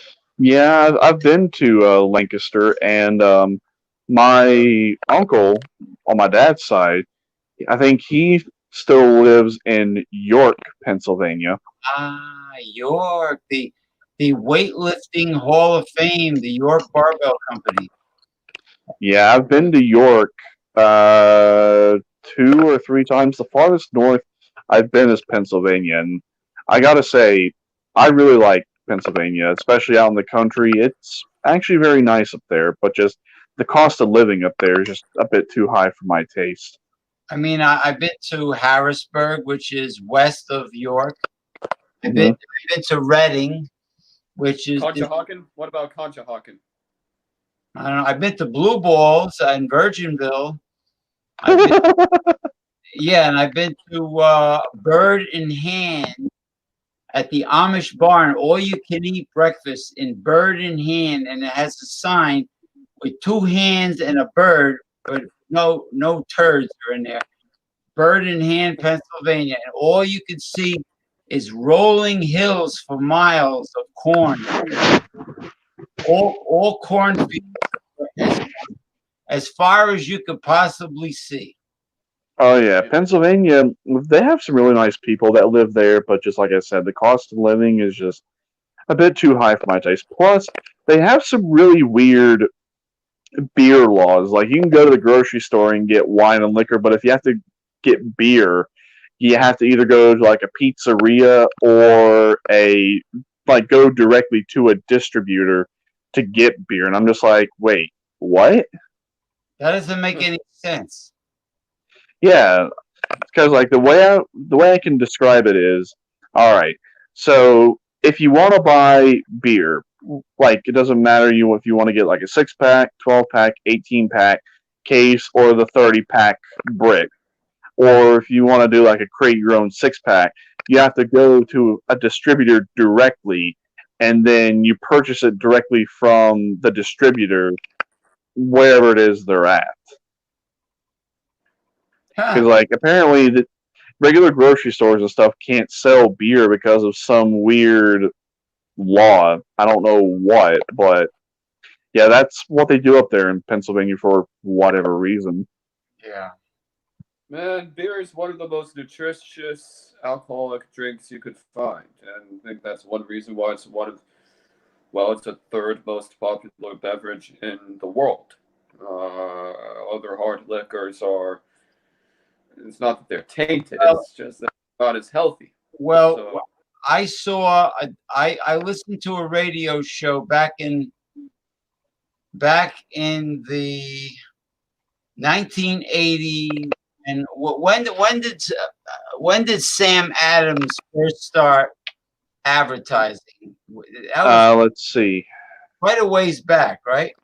Um, I know it got started with the Boston Lager. I want to say 1984 question mark somewhere around that time. Yeah, it could be because the radio show was all about craft beer and it wasn't a common phrase either. And Oh yeah. they were saying it's like liquid whole grain bread. They Uh huh. said it had B vitamins with the brewer's yeast. It was loaded with B vitamins and minerals, and they were saying that it was a health food, and they were describing in detail, and it's a health food, but little did they know that every state country was going to have so many breweries. Right. Yeah. And when it comes to craft beer, like Sam Adams was really the one that got it going to where it became more popular and mainstream. But even oh, sure, nowadays, that is. Adams was kind of like an out west thing. But really, Sam Adams is really what got the craft beer and people thinking outside the box of like Bud, Miller, Coors, and Pabst. All the different products from them, and then it also introduced the American people to the first mainstream beer that was all malt, no use of rice or corn or adjuncts, where it was just very simple water, barley malt, yeast, and hops, and then also it introduced Americans to like a darker color beer to where it had a rich malty taste, some breadiness from the yeast, and a relatively higher hop bitterness compared to what most people were drinking. And to this day, Sam Adams, the Boston Lager, it's definitely a timeless classic when it comes to craft beer. Now, there were craft beers around before Sam Adams, as well as Yeah, Yinling. well, Yingling is kind of sort of a craft beer. It was just kind of just taking a regular beer and making it darker, like uh, Budweiser, Anheuser-Busch, Coors, and Miller, and Pabst. They tried their own experimental craft beer, but it just didn't appeal to the crowd that most of them were known for. Like Pabst had an all malt beer called On Decker way back in the 30s, and it was a huge failure. And then let's see, and then Anheuser Busch tried it with the Michelob, like having like a Michelob Dark and expanding on the Michelob line. That really didn't go anywhere. Then they had what was it that Coors and Miller had?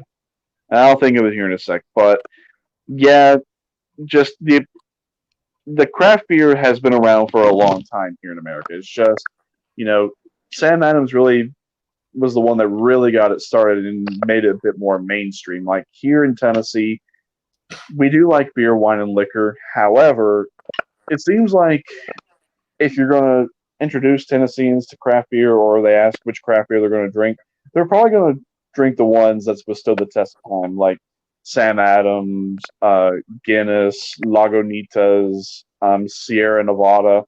Like the more like out there or crazy or more experimental the craft beer is, more likely Tennesseans probably are not going to try it except for like that small niche. What about the local breweries in Tennessee? Would they try them?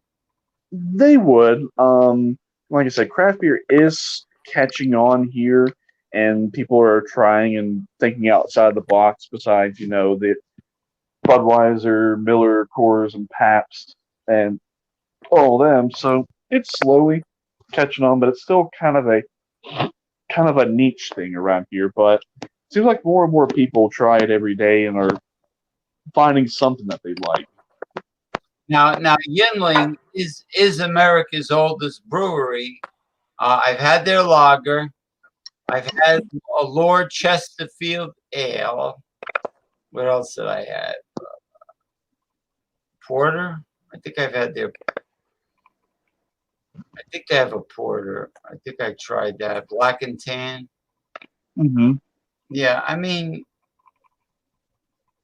if you look at the brewery in Pottsville, PA, it's an old building. So Yeah, and my friend, who I'm still friends with, I met him when I worked at Walmart when I was still living in Virginia. I've introduced him to other beers and also introduced him to craft beer to a certain extent. Um, he's not too picky like me, but the one thing he does not like IPAs whatsoever. And I asked him, what is it about IPAs you don't like? He said, out of all the ones I've tried, they just taste so much alike, and they're just so dime a dozen, like what I've been saying. I said, okay, well, you don't like IPAs, but what kind of craft beer styles do you like? He says, I definitely like porters and stouts, and I do like different ales. And he says, unlike you, I like wheat beer. And I said, oh, God, wheat beer. Oh, nasty. But he drinks the regular stuff, like he'll drink stuff from Anheuser-Busch, from Molson Coors, Miller Coors, Pabst. He's not too picky. So, That's good. yeah, yeah. I mean, oh, did you say you don't like Swiss cheese, Damien? oh God, no, no, no, no. Every type of Swiss cheese I've Why not? ate has always been disgusting. Yeah, I love it. You see, but he hates it. Yes, because I don't like the smell of it in the first place. Same thing with provolone. And when you actually taste it, it's just, oh God. Yeah, Colby Jack always has a bit of an advantage. Oh, so you like the milder, creamy cheeses that melt fast, as Well, opposed to the aromatic cheeses. well, for me, whenever I eat or drink something, I look at it from all perspectives. Like, how does it look? How does it smell? And how does it taste? And what kind of texture does it have? And if just one thing about it is thrown off or just doesn't really set well with me, I typically just don't eat. I've always been that way. I don't know why, but for me, yeah, it may not look for me as long as it's just, if it's got a good texture and it's got a relatively decent flavor, I can kind of set aside the fact that it may not look appealing or it may not necessarily smell appealing, but for me, the biggest thing is the texture. Because to me, just Swiss cheese just has this really weird flavor and it just has this really weird texture to it, and I just don't like it. Same thing with like calamari and all that. I tried fried calamari. It reminded me of if you've ever gone to Burger King or any restaurant and they have onion rings, they don't cook them all the way and they're like really mushy and soggy. Yeah, that's what it Yeah, reminded me of. see, if you're frying oysters, clams, calamari, even shrimp, you can't cook it well done because then it gets dry and it gets rubbery. Well, I like shrimp a little overcooked, just a little bit. You know what shrimp isn't bad? The popcorn shrimp at Popeyes. Oh yeah, their popcorn shrimp is really good. It's a shame that we only let's see. To my knowledge, we only have like two Popeyes in this whole entire area, and one of them is here in my city of Kingsport. And my mom, when she came down just before Christmas, she had never eaten at a Popeyes before, and we decided, okay, we'll take you to the one here in Kingsport. She says, "Oh man, this was delicious." Then they have the butterfly shrimp, which is just Hmm. shrimp cut and to take the vein out. The Yep. mashed potatoes with brown gravy is awesome. The dirty rice, the mac and cheese at Popeyes is great. Oh yeah. What else? Red beans and rice. The They have a great barbecued chicken sandwich. Hmm. Um, I haven't been disappointed with anything at Popeyes actually. I love their dipping sauces. Like, my personal favorite is the I think it's called Sweet Heat, where it's like a really spicy sweet and sour sauce. I like that one. I like their hot honey mustard, their regular honey mustard. They have two ranches. They have a buttermilk ranch and they have a blackened ranch. Um, I can ranch sounds interesting. yeah. It kind of looks like it looks more like a zesty ranch, kind of. That that's the best way I can describe it. And they have just regular barbecue, which to me is a bit more like sweet and tangy, but it's also got a little smokiness to it. And then there's just regular honey for dipping sauce, and then there's one other one, and they have another one that's a hot sauce base flavor, and I can't think of it for the life of me. But I know I've tried all of them at Popeyes, and the sweet heat is probably my personal favorite. Yeah, But they don't have milkshakes at Popeyes. Only soda and iced tea, I think. so Uh, around here, if you want a good milkshake, you either go to Five Guys, Burgers and Fries, or you go to Sonic for a milkshake. I never. There's a Sonic near me, and I never. Well, it used to be near me when I was back home, but I never had a Sonic shake. I've never been there, and the reason why I've never been there is I don't like the waitress coming up to the car. I like to, I like to go inside, wash my hands before I eat, and sit down. And I don't like to touch money and touch food at the same time. Well, I mean that's kind of the whole theme of Sonic is you pull up to like a speaker box and you take the order. I mean it's kind of like how it used to be in the 50s when it came to burger joints. So that's kind of like the theme they're going for now. Some Sonics don't have that.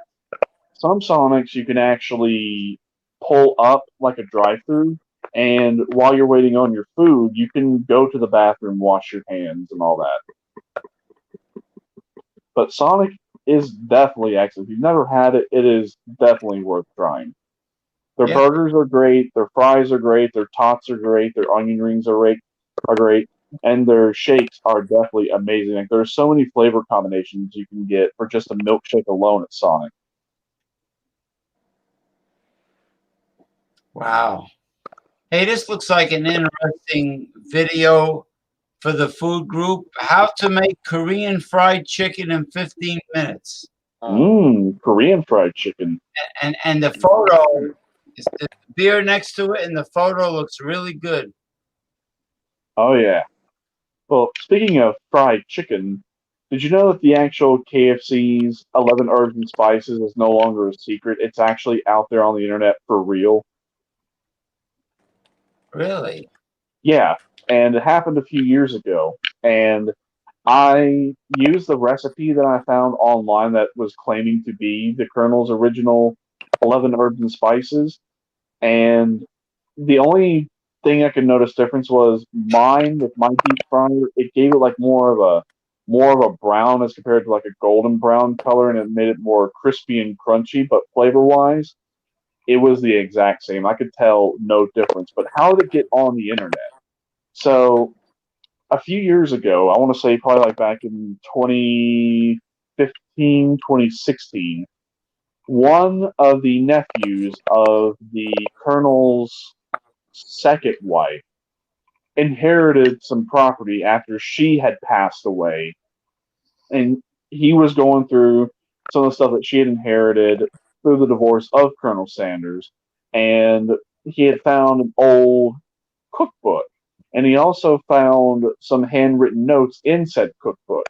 Well, he was going through it, and then he found this handwritten note of the 11 herbs and spices. And this is before he actually opened up his KFC or the Colonel Sanders Cafe in Corbin, Kentucky, which later became the birthplace of KFC. And he was experimenting with it, and then this was the recipe he eventually settled on before he opened up Sanders Cafe and KFC became KFC. Well, the note got released online, and it's still online, and he gave it to some professional chefs to make said chicken to see how exactly similar this tastes to real KFC chicken, and it was the exact same thing. So that is the original 11 herbs and spices. Now, the secret ingredient as to why it tastes so good is an MSG-based seasoning called Accent. I remember that. That's MSG. When I was a kid, my aunt and uncle, all my aunts, my grandmother used to get that. That's MSG, and then they realized it was giving them a major headache. Yep, that's what makes the chicken taste so good. Accent. Now, McDonald's and White Castle were originally, I believe, in the Midwest. White Castle's good. Right. Yeah, White Castle has more things. White Castle is not big on advertising, but let me tell you, they got great fried fish nuggets, fried clams, and sweet potato French fries that they never advertise, and their milkshakes are awesome and big. Okay. Oh, yeah. Okay, here we go. Mr. Michael Hilton. Oh, the Hop Stupid IPA. Oh, boy. It is clocking in, Gary, at 8%. You excited?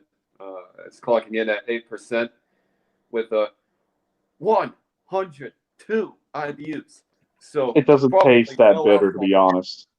That's all right, but probably no alcohol in this beer, though. Let's say based off the IBUs alone. It's an orange beer, bubbles, dark, not rosin. Have had it before, but it's still pretty good. Pretty good.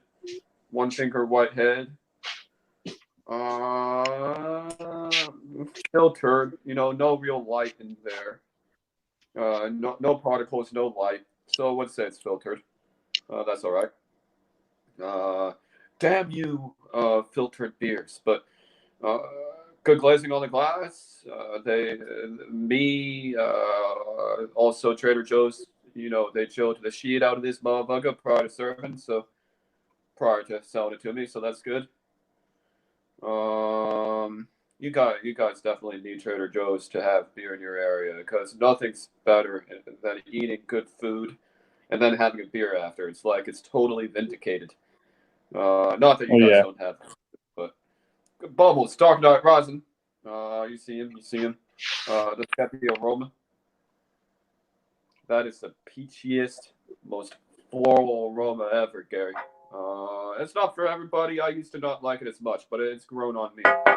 So I'm gonna revise my rating even more than I think I did recently. I do have to give a second look at this. So I guess I'm doing that now. It's Lagunitas Hop Stupid Ale, a second look. Oh man, that smells amazing. Coming across as very yeast. Therefore, that quite hop forward. All right, let's get into it. First IPA of the day, only IPA, hopefully. Cheers. Yeah, we get that here, and I've tried it before. How is it? Well, You can see why it's in Tennessee. You can see why it's popular. Presto, presto, fruit at the front, bitterness at the back end, good lacing, good seaside feel. You do get a huge grapefruit, CBZ rush to the beer. So always such a fan of these incredibly hoppy brews. It just makes it so fresh, so ready to go. You don't have to worry about how high the alcohol is because kind of like craft beer takes out the whole issues with a lot of beer in general. It's a lot like wheat bread, which it is. But I think the more hops you have in it, the better it is. Maybe that's why so many people don't like wheat ale because it can be very much. I think it's good, but I do agree it's quite juicy, but without enough hops to really carry it forward. So it's not really a beer. A beer needs hops. A beer needs hops. It needs hops all the way. This beer has a lot of hops at 102 IBUs. Yeah, I used to think it was rather thin, but it's quite dank. It's quite heavy on the mouthfeel. Gonna give it a 102 out of 100. Wow. So A plus. How does it look, James? It looks well. I like darker beers and brown ales. I think it looks very nice. Does it look as good as the Racer 5? Yeah, no. It looks fine. Or the Sierra Nevada Pale Ale? Yeah, these orange beers. Just something about the look. It's just budget beers can be very good, but they're too straw color. They're too yellow, and it is a bit of a turnoff. We have a huge plume of bubbles, which is awesome, and good lacing. All in all, it's just an awesome beer, guys. Okay, that's what I got. Yeah, I've had it before. The 102 IBU just there's no way it's 102 IBUs because it's not that bitter. I've had New Belgium, the Voodoo Ranger, the regular IPA, and the Imperial IPA. The Imperial IPA is 9% and 70 IBUs, and that comes across as way, way more bitter than that 102 IBU Lagunitas Hop Stupid. Yeah, the Voodoo Ranger series is pretty bitter. It is. Yeah. But overall, they're not bad beers. It's just my only criticism of IPAs is they're a dime a dozen. There's not really any creativity or any originality to it anymore. It's just now everybody's got one, and they're pretty much clone beers. Now, granted, there are some out there that are unique and different, but you really got to scout them out now. Yeah, I think Racer 5 is one of the more just reputable ones out there. Yeah. But not to get off to a different subject, but you're probably wondering, what was I playing drumming just a little bit ago before I hopped on? I was actually drumming to the Eagles' Hotel California. Hotel California. Now, Oh, you don't know about California, right? Play it. Yeah, we were having a interesting discussion about this at work the other night, and one of the guys, when we were cleaning up, he got on his phone and he was listening to Hotel California. And he said, "Man, that is a really strange song. What is it about?" And I had to explain to him that it's not just a simple, straightforward song. You have to really analyze the lyrics in their entirety so that way you can understand it. And I've even looked up videos of the Eagles themselves explaining about Hotel California. And according to the Eagles, it is a very dark song about American society and also just how doom and gloom and evil human beings really can be. Now, how exactly does it explain that in the song? So it talks about a guy, on the dark desert highway, cold wind in my hair, warm smell of colitas rising up through the air. So it starts off from the premises of a guy walking, along a dark desert highway, and he's in a desert full of really potent, pungent marijuana, which indicates he's not in reality. He's actually hallucinating, meaning he's tripping. Because sometimes if you have some marijuana, it's a bit too strong and too potent, it can actually cause you to have visual or auditory hallucinations. But anyway, so he's talking about he's walking on this highway and then he sees this shimmering light and he decides he's going to stop for the night at the hotel. And then the woman, she's standing there wanting to welcome him in. And then he walks in and then he hears a bunch of people talking about, "Welcome to the Hotel California." So he's a little weary about what's going on because it looks so nice and the people are just being a bit too friendly and that something just doesn't quite seem right. And then when he's exploring the Hotel California and he's going through the different rooms and down the different passageways, he's seeing all sorts of different things. Like when whenever it goes in the lyric about her mind is Tiffany twisted, she's got the Mercedes Benz, not like an actual real Mercedes Benz, but Benz, as in a woman who is very greedy, but also was a bit of a nymphomaniac and a prostitute herself, and that she had a lot of pretty boys that she called friends. Meaning, okay, right off the bat, he sees greed, he sees lust, he sees envy, and then he also sees promiscuous sex, marital infidelity, etc., etc.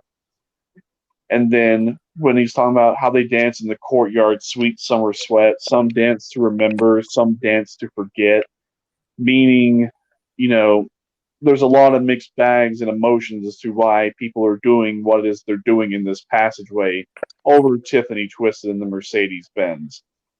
And then when he talks about going to the bar, when he says, um, when I call up the captain to please bring me my wine, we haven't had that spirit here since 1969. There's a bit of a dualistic nature in that one because he's talking about the spirit of 1969 and how it was like the flower power hippie love type thing, and then how now instead of being all about the music, now it's just drugs, sex, rock and roll, drug abuse, alcohol abuse, all that.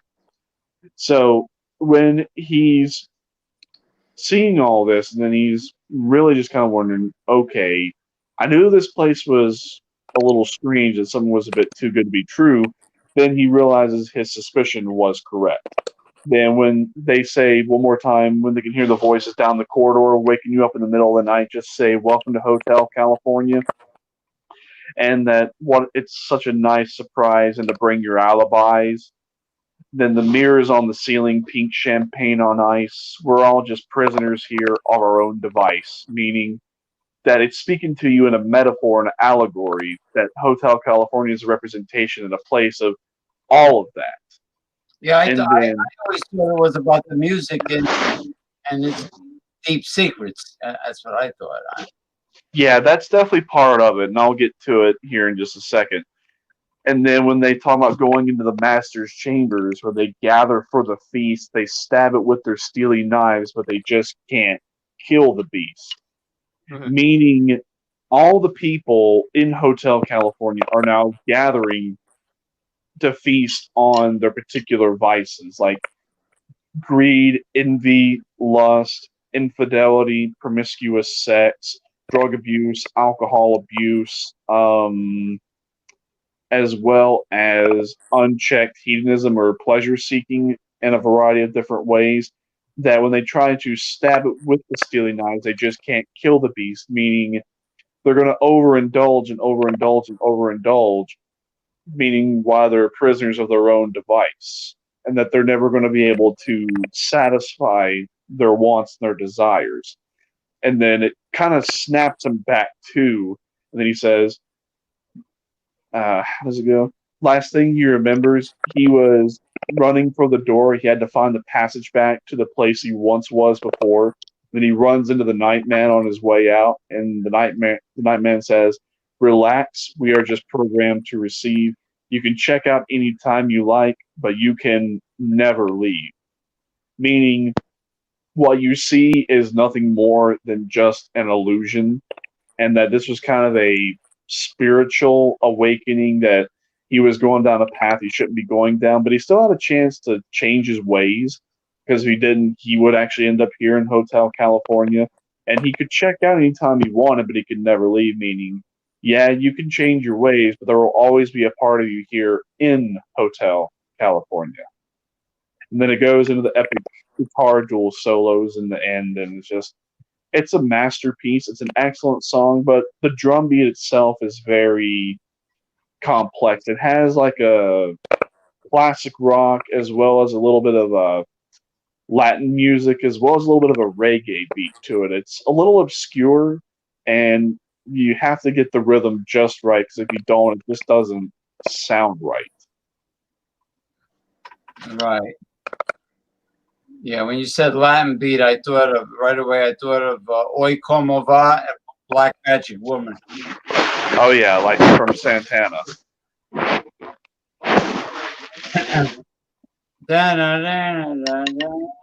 And then Santana, he also said, right, Gary, that it's not about California. It's not even Well, about California. yeah, it is to a certain point. Like, there's a lot of different theories out there that stem from the song Hotel California. And if you think about it, that actually was a great representation of the state of California back in the 70s, and even still is to this very day. That's one theory.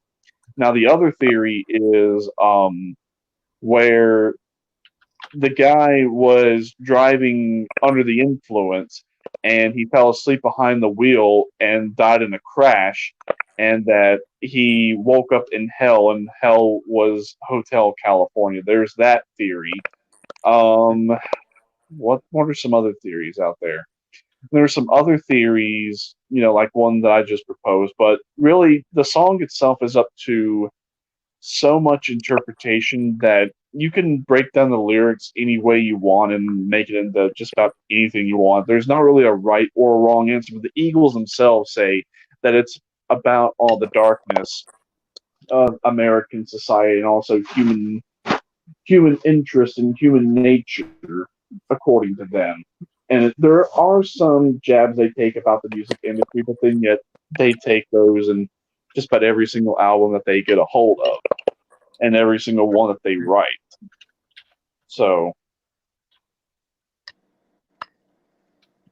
Yeah. but it's an interesting song. I mean, I like it. My favorite version of it is when they did the 90s version back in April of 94.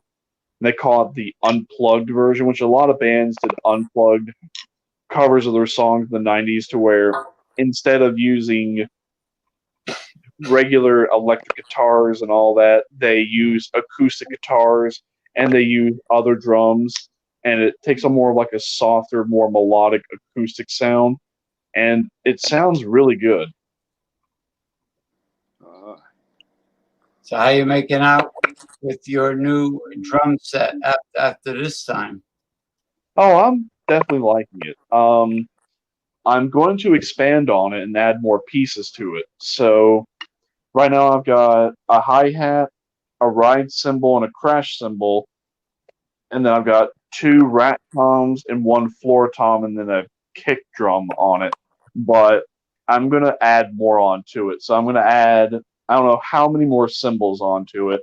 I'm gonna have 4 rat toms altogether. So I'm gonna add 2 more to the rat toms, and then I'm gonna have 1 more floor tom to go with it. And then I'm gonna have a true dual double kick bass drum, and then I'm also going to see if I can have 2 hi-hats, one that's closed and one that's open, so that way I can get a variety of different sounds out of that.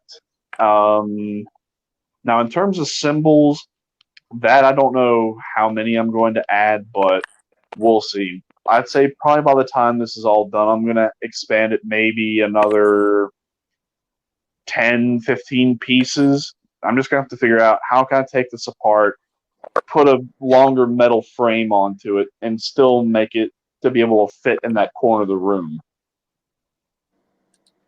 All right, and you know, Michael Hilton has a Fender acoustical guitar. I do. I I you used to take lessons? I used to take lessons. No, now with this new society that we have, that's pretty much impossible unless it's on over Zoom. But how you learn online, not as easy What about as it. YouTube? Are there any YouTube instructional acoustical guitar instructional videos? Yeah, it's tough. It really depends on the song. You know, if it's just strumming in a way, then it's okay. But if it's plucking and things are more complex, you know, some shit needs to be in person. Oh, yeah. Guitar is not something that should be limited to the online sphere. So. Okay. Yeah, there's plenty of guitar teachers out there, but my personal favorite is the one that we actually have here in Tennessee. He lives in Nashville. You probably heard of him. He's called Your Guitar Sage. I've heard about your guitar sage. I've heard about your guitar sage. Yep, he is a Tennessee native. He is in Nashville. Yeah, Nashville. Why not Memphis? Nashville is more popular when it comes to the music industry because a lot of country music artists as well as some southern rock or some classic rock artists come out of Nashville. Don't know why, but that's just the way it is. Yeah, Memphis is known for barbecue. Yeah, Memphis has excellent barbecue. Yeah, and they're on the Mississippi River, I believe. Yep. We are known for hippies. They're on the Mississippi, yeah. It's West Tennessee. Yeah. So yeah, Memphis is all the way out in western Tennessee. Nashville's central, and then of course Kingsport is up here in eastern Tennessee. We also have Knoxville and Chattanooga. Oh yeah, Chattanooga, yeah. I've been to both. I would rather go to Knoxville than Chattanooga. Just saying. How's that? Knoxville is much easier to drive through, and you can get off of the exits very easily, and there's not a whole lot of traffic throughout the day. They've got it basically to where the traffic is not so bad and doesn't really pile up even during rush hour traffic. It's just the city is laid out much better, and the roads are definitely way better, and the interstates that run through it are definitely way better. And they actually don't drive as insane in Knoxville as compared to Chattanooga, because both sides of the highway in Knoxville, when you're in the heart of the city, it's like 5 or 6 lanes on both sides. And the speed limit is 55. Yeah, the speed limit's 55, but does anybody drive that? No. Not even the cops drive that. Nope. Basically, here's how fast you drive in Knoxville. Okay, if you're in the far right 2 lanes, you either drive the speed limit or slower. If you're in the middle 2 lanes, you either go 5 to 15 over. If you're in the right 2 or the farthest left 2 lanes, you're going at least 20 plus over. Well, the state troopers here, if I'm going, when I have my car, if I'm doing 65 and they're blowing by me, then that gives you an idea of what the state troopers do on the Garden State Parkway or the New Jersey I-95. Well, I mean, probably according to them, they're like, speeding tickets. We got enough toll booths. There's our revenue. So what's the point in writing a speeding ticket?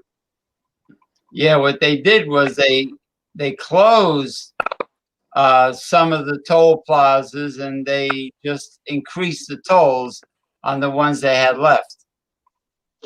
Yeah. What a racket that the whole idea of tolls. What racket it is. Yeah, when we were driving through West Virginia, we were on I-64. We went from Charleston to Beckley, and between Charleston and Beckley, we went through 2 toll booths. Those are the only 2 I've ever been through in my entire life. Yeah, I keep on every time you mention West Virginia, I keep on.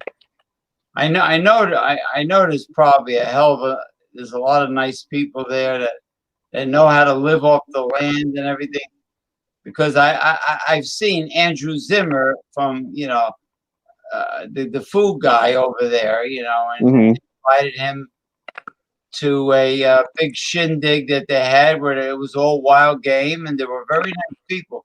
But I keep on thinking of this horror movie that my mother rented back in the day, where these real freaky inbred people were like kidnapping, like usually young girls in a car. Wrong Turn.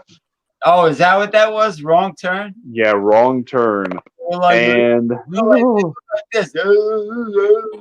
Well, if you are in the cities of West Virginia, you're not going to run across people like that. Now, if you're in the sticks or out in the boonies or bumfuck Egypt, yeah, you better believe you're going to run into people like that. Oh, okay. So there might very well be a wrong turn. Okay. Yeah, and let's just say, when I told you the story about the 2 girls I dated in Princeton, West Virginia, before I met my wife, and how me and her were in the backwoods, and me and her decided to do it in the back seat of my Honda Civic. Yeah, we were out there in those woods doing it. So our hillbilly Appalachian girls a little loose in the caboose, or are they just friendlier people in general? It depends. They're gonna have a certain degree of nicety to them, as is anyway, but it's just primarily breaking the ice with them.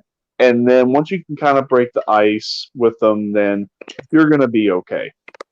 You stand a good chance of getting laid. Let's just put it that way. Yeah, more than in the city.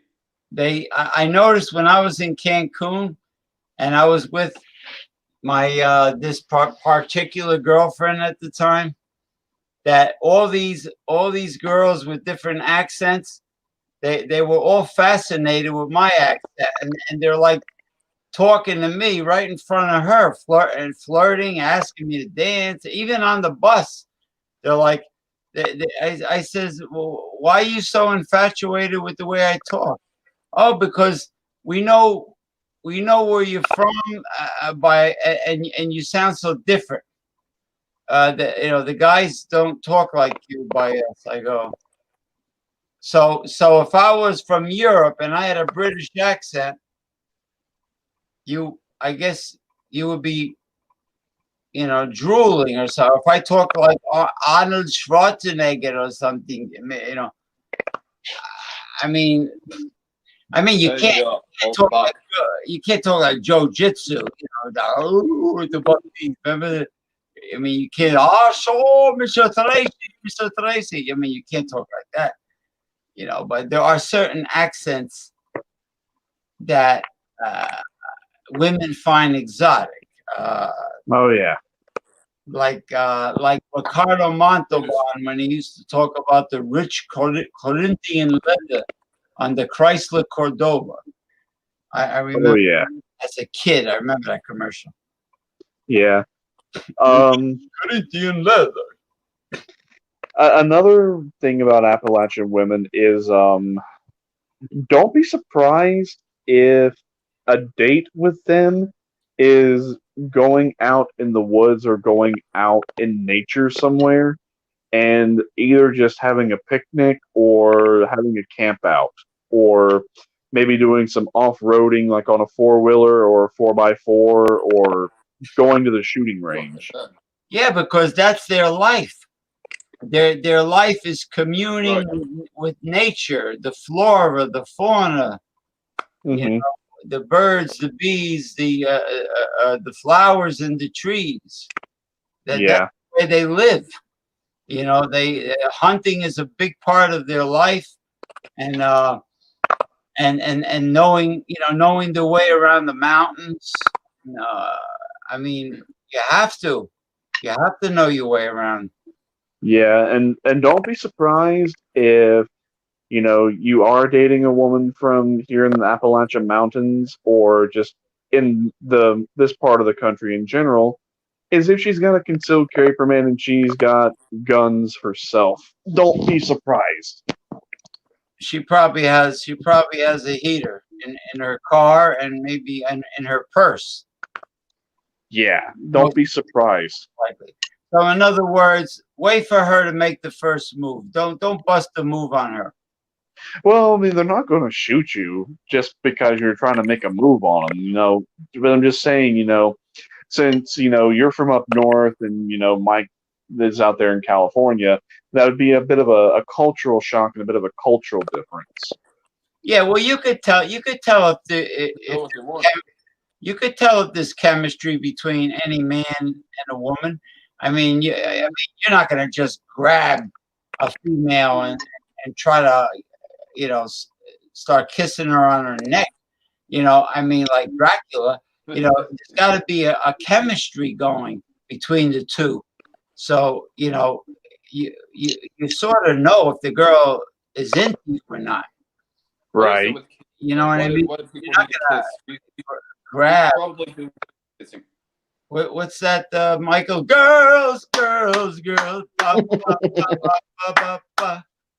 We should probably do away with kissing. Fauci said do away with the handshake. I say do away with kissing, Dr. even if you have a bond. You mean What's that? Dr. Fungus Fauci said no more kissing? Oh God, I Fungus like it. No, he Fauci. said no more handshake. He said no more handshakes. All right. I Who do agree. we have? And also, Who do we have here? Obvious Enigma. no more kissing. Yo, Obvious Enigma. I like that pterodactyl skeleton that there, Obvious Enigma. Yo, Yeah. Thank you, Mr. Enigma. Yeah, so Fauci says, Fauci is like Confucius. Fauci says, because of the pandemic, because of the lockdown, no more kissing. No. He said no more handshakes. He said no more handshakes. Let's try to do away with the handshake. But I say take it a step further. Well, handshakes are a hazard. Well, kissing could be a hazard because you got droplets. You could, some people swap spit. Some people will stick their fucking tongue in your mouth. I don't know why. That's Kissing is dumb. Obvious Enigma. I have a question for you because I respect your prehistoric skeleton. What do you think? Do you think a blowjob is a much it will be the kissing of the future? Do you think that is a better way to get acquainted with a woman is for her to just get on her knees and suck you off? Let me see. Maybe, maybe not. We'll see. But I mean, I don't think it's going anywhere anytime soon. I mean, hell, sometimes people here in the South, that's one way they can kind of judge by you and your characters by a handshake. Well, when you squeeze, you know what the problem is? Too many women before the pandemic. Women used to give you up here. They used to give you their four fingers like it was like an insincere handshake. They would never really shake your hand. I always wanted somebody to shake my hand, squeeze it. Show me that you're alive, man. Squeeze my hand. and the girls would give you this wet dish rag, like what do they do in San Francisco? Mike Hilton, do they give you the four fingers and they don't even squeeze your hand? No, I just got slapped in the face and threatened with mace. Let me tell you about Fauci. He belongs to the Lollipop Guild. On the Wizard of Oz, he keeps on changing his mind. He flip flops on the issue. He says, no, the malaria drug would say it's not tested. What do you mean it's not tested? They've used it in South Korea, in China, in Brazil, in the Midwest, in France. They're using it on severe cases, and guess what? The people on respirators are becoming asymptomatic within hours. So Fauci, I thought that it meant that it slowed the heart down. Fauci comes along with no neck and short arms saying, no, you can't use it. It doesn't work. Now honestly, fuck Fauci. Now he's got all the doctors, all the famous doctors on social media saying, "Oh no, don't! This is a fallacy. This is false information. Oh, this is that." So what's the correct information? Just like be on lockdown or drop dead or something? I mean, is that the advice to give him? Lock down until there's a vaccine or testing. Fauci ain't touching nobody. Fauci is you notice Fungus Fauci doesn't wear a mask anytime there's like TV cameras pointed at him. They're all freaking standing next to each other and shit. Yeah, they're all standing next to each other. And guess what? They ain't sick. So you know what that just goes to show you? Social distancing doesn't work and doesn't do a damn thing. If they're doing it and they're not sick. Girls. Yeah, this whole entire thing has been bullshit since day one.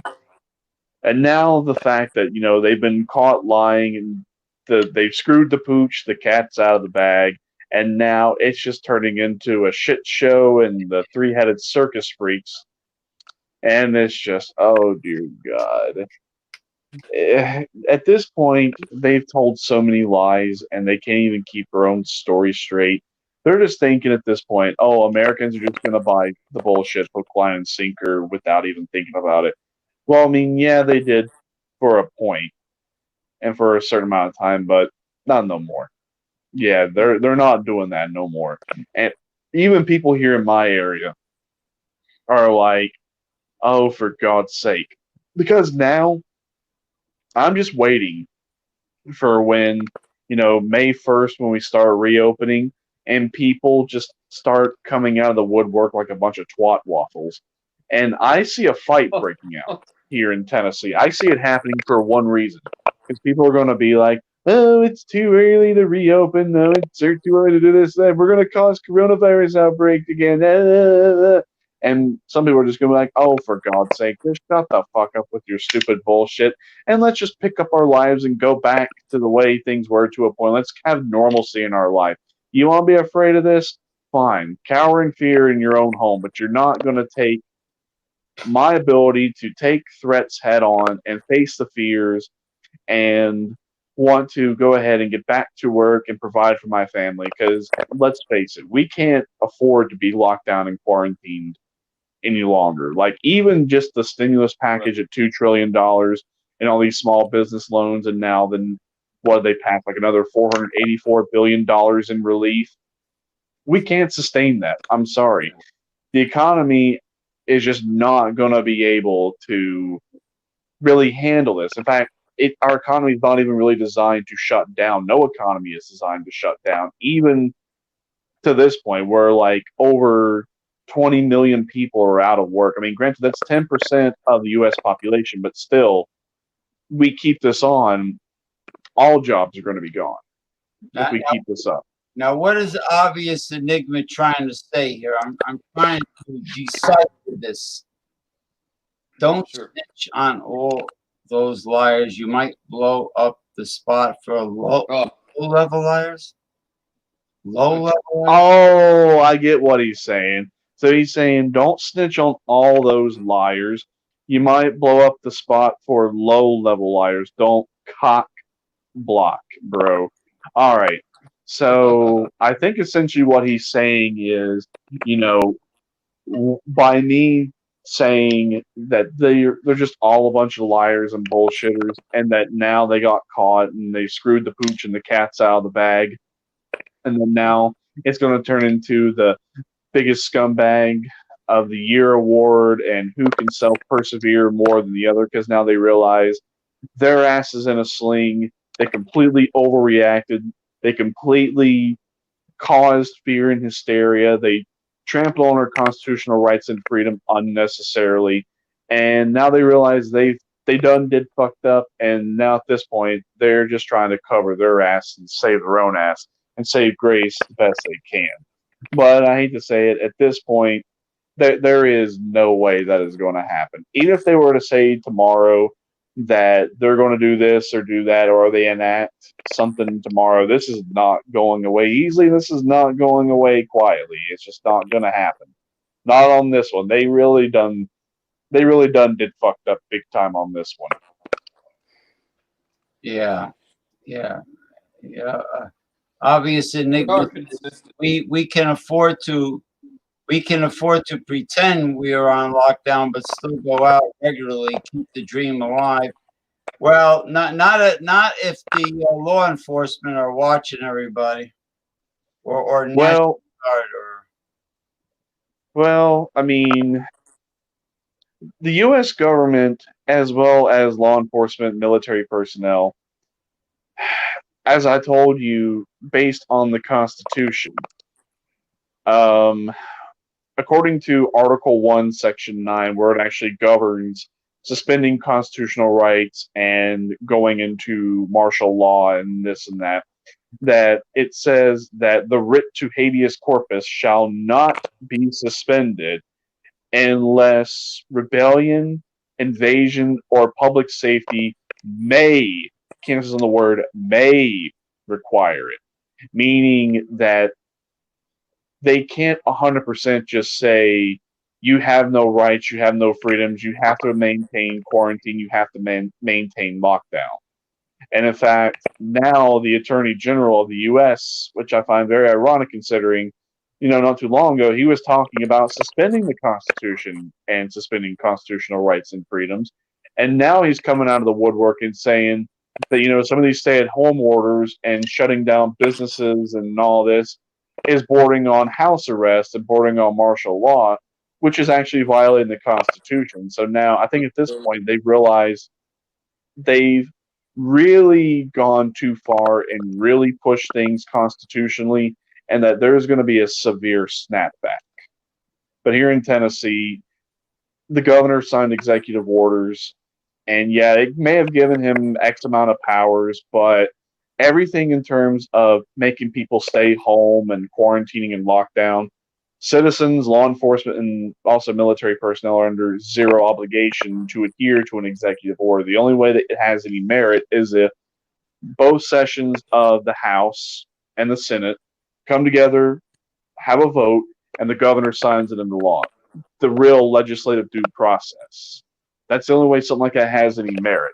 Executive orders are just that, executive orders. They're not official laws, and they have no merit and really no constitutional basis. all right. They're basically just recommendations. Because like I said, it's not a formal law. Citizens, law enforcement, as well as military personnel are under zero obligation to abide by or even enforce the laws. Well, well, I don't know. We got a lot of people. Kicking the bucket up here, unless they're lying. The mainstream media, Which they are. But well, one more comment from Mr. The curious way all states lock down under the guise of state of emergency is equivalent to martial law. Martial law will never be enacted by that name, but we are living in a version of it. Yeah, basically, this is kind of like martial law light, meaning you still have constitutional rights and freedoms, and you still have freedom of movement, but But they're testing the water to see just how far the American people can be pushed before there is resistance.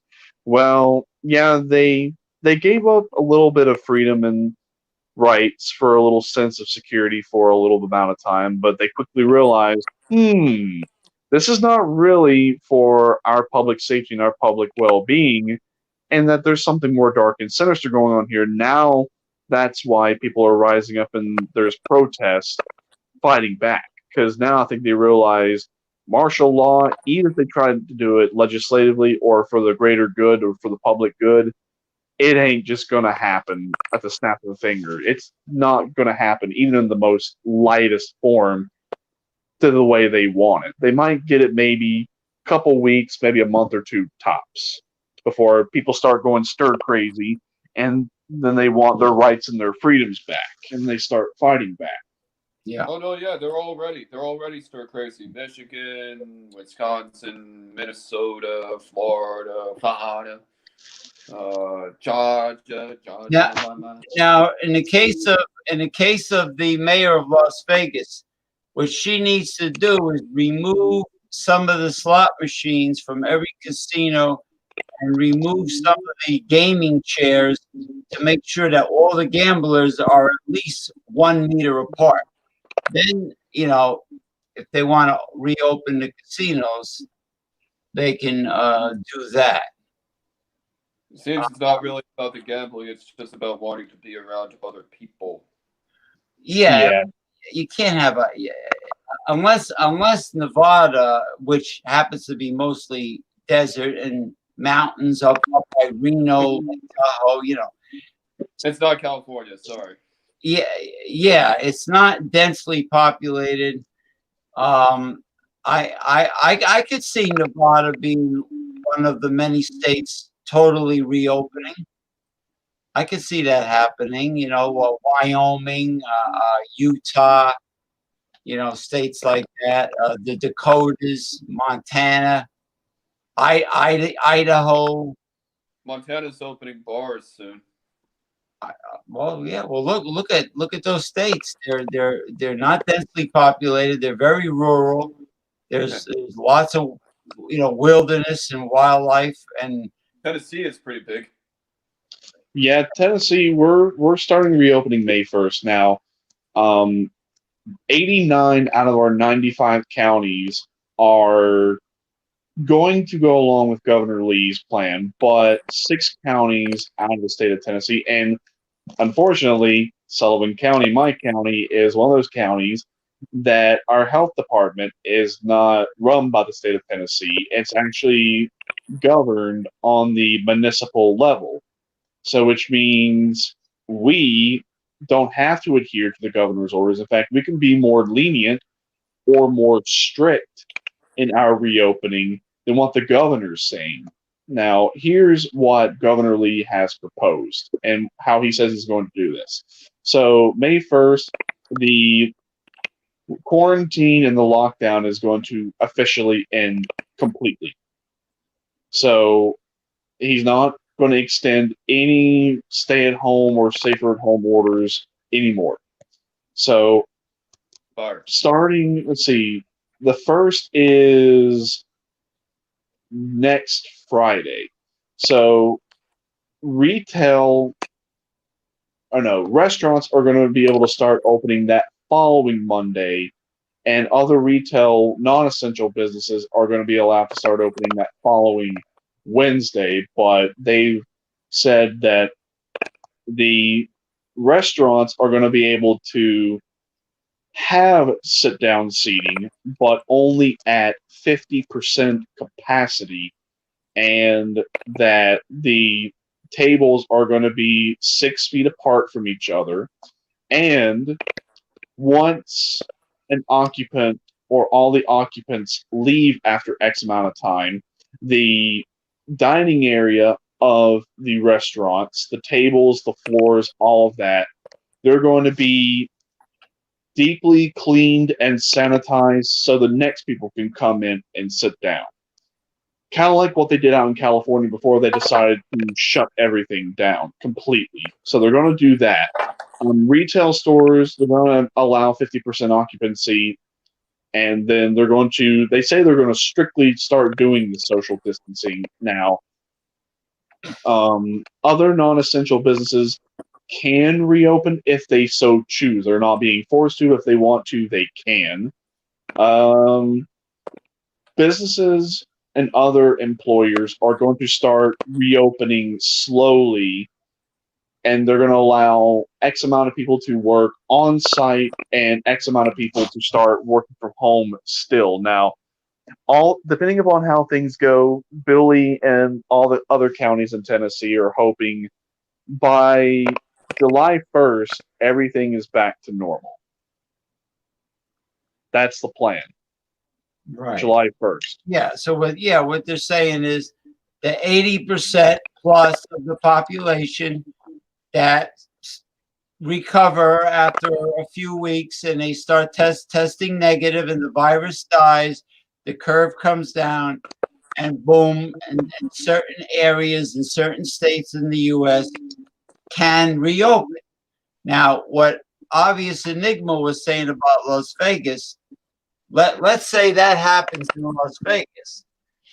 Las Vegas is way overdeveloped. They are going to run out of water because Lake Mead and Lake Tahoe, the Colorado River, that water is getting low.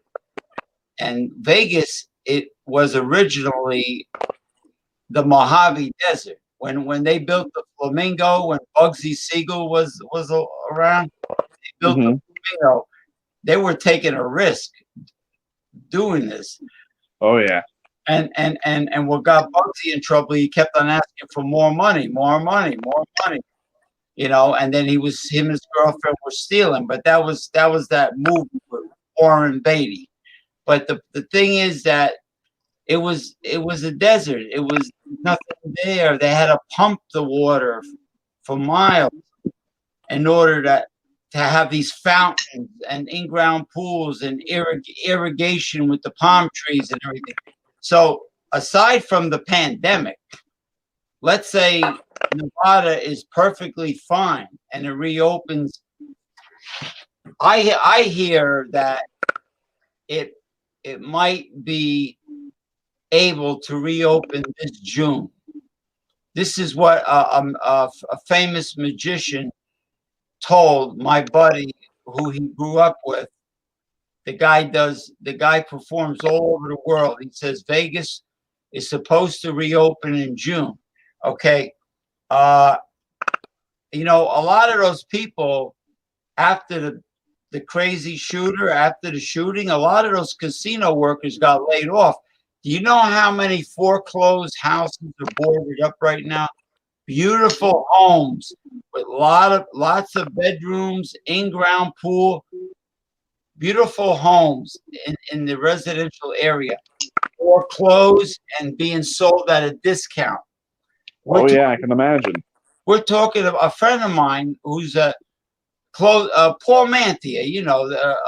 He's looking to buy a 6-bedroom house for $75,000 in Vegas.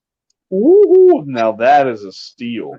With an in-ground pool and everything, the whole ball of wax. Why do people? Yeah, now that is a steal. Why do people I like live in the only desert state that planned ahead and develop water reserves. Yeah, you take my divining rods and you go looking for underground water sources. You dig wells. There's water. There's water in the desert. There is. You just have to look. Yeah, you just gotta look for it. You gotta look for it. It's there. A woman that was, I think she was an archaeologist. She was digging in between 2 sand dunes. You know how far down she had to go to pick up wet sand I would say just a few feet with the shovel. And she picked it up. She goes, look, wet sand. People think that there's no water in it. There's no water in the desert. There's water down there. You know, it's just it's ridiculous to be pumping water from from Hoover Dam. What is that? Lake Mead, Colorado. It's almost completely dried out. It's almost completely dried out. Lake I mean, it's Lake Mead. yeah, Lake Mead. It's completely, basically dried out. It's basically not even a source anymore. It's been just nearly depleted, and it served as the water source for I think 3 states. So I think Nevada, California, and Utah. I think also Lake Mead. Yeah, it's a major. Lake Mead is a major source of water. I'm not laughing at you. I'm laughing at what obvious Enigma said. Support those hoes. Support them hoes. Oh dear God! Just Why do oh people my God. Why do people like Nevada? Why? Why the fuck is it a blue state? Because it's better than California. But anyway, so the last point I was going to say about what Tennessee is going to do to reopen. So here's what they're going to do if you were to go to one of these restaurants that are going to be reopening for sit down area in the dining area, or you're going back to work. They're going to take your temperature on entry to the building, and then you're going to have to fill out like this form / questionnaire.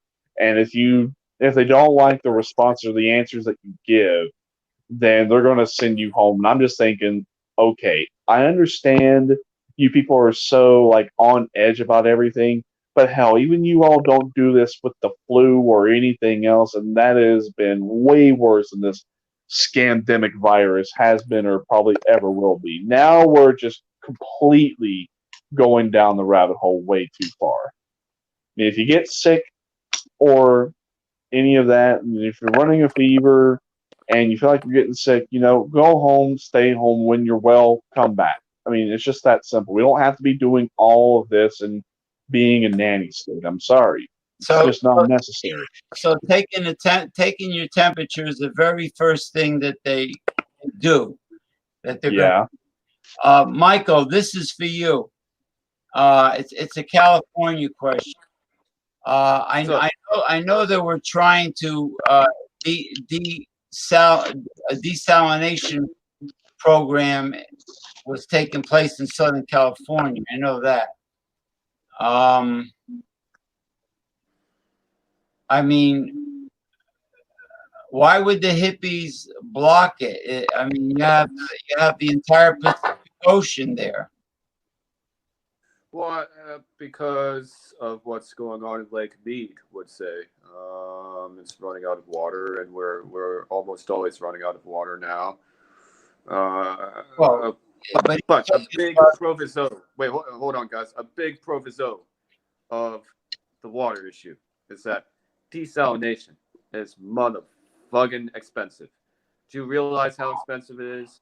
I think the cost alone is way more than fresh water. It's not doable. It's a futuristic fantasy. In my humble opinion, you're not going to turn salt water into drinkable, ready to use. You know, what are those water companies that they have around? Arrowhead. Arrowhead is not gonna get away with. I don't think, because you drink salt, and it kills you. So same as bleach or disinfectant or whatever. It's actually a threat if you have it go inside of you.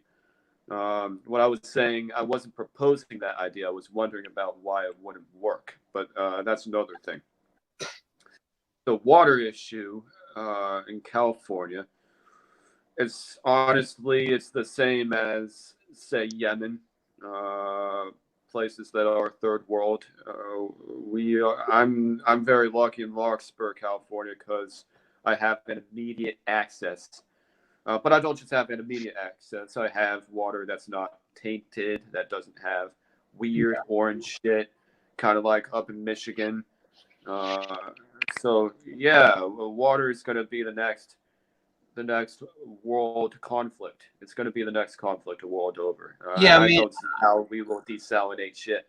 I can understand Southern California because I've been there. San Diego, Baja, the Sonora Desert is east of San Diego. It's right there. I mean, I can understand that, but it's a desert.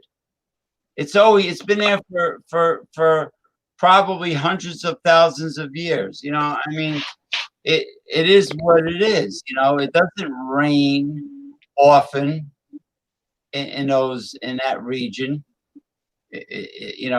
There's a rainy season, but it doesn't rain that often. And Yeah. that's how it is. Northern California is like New Jersey. They got forests. Everything is green.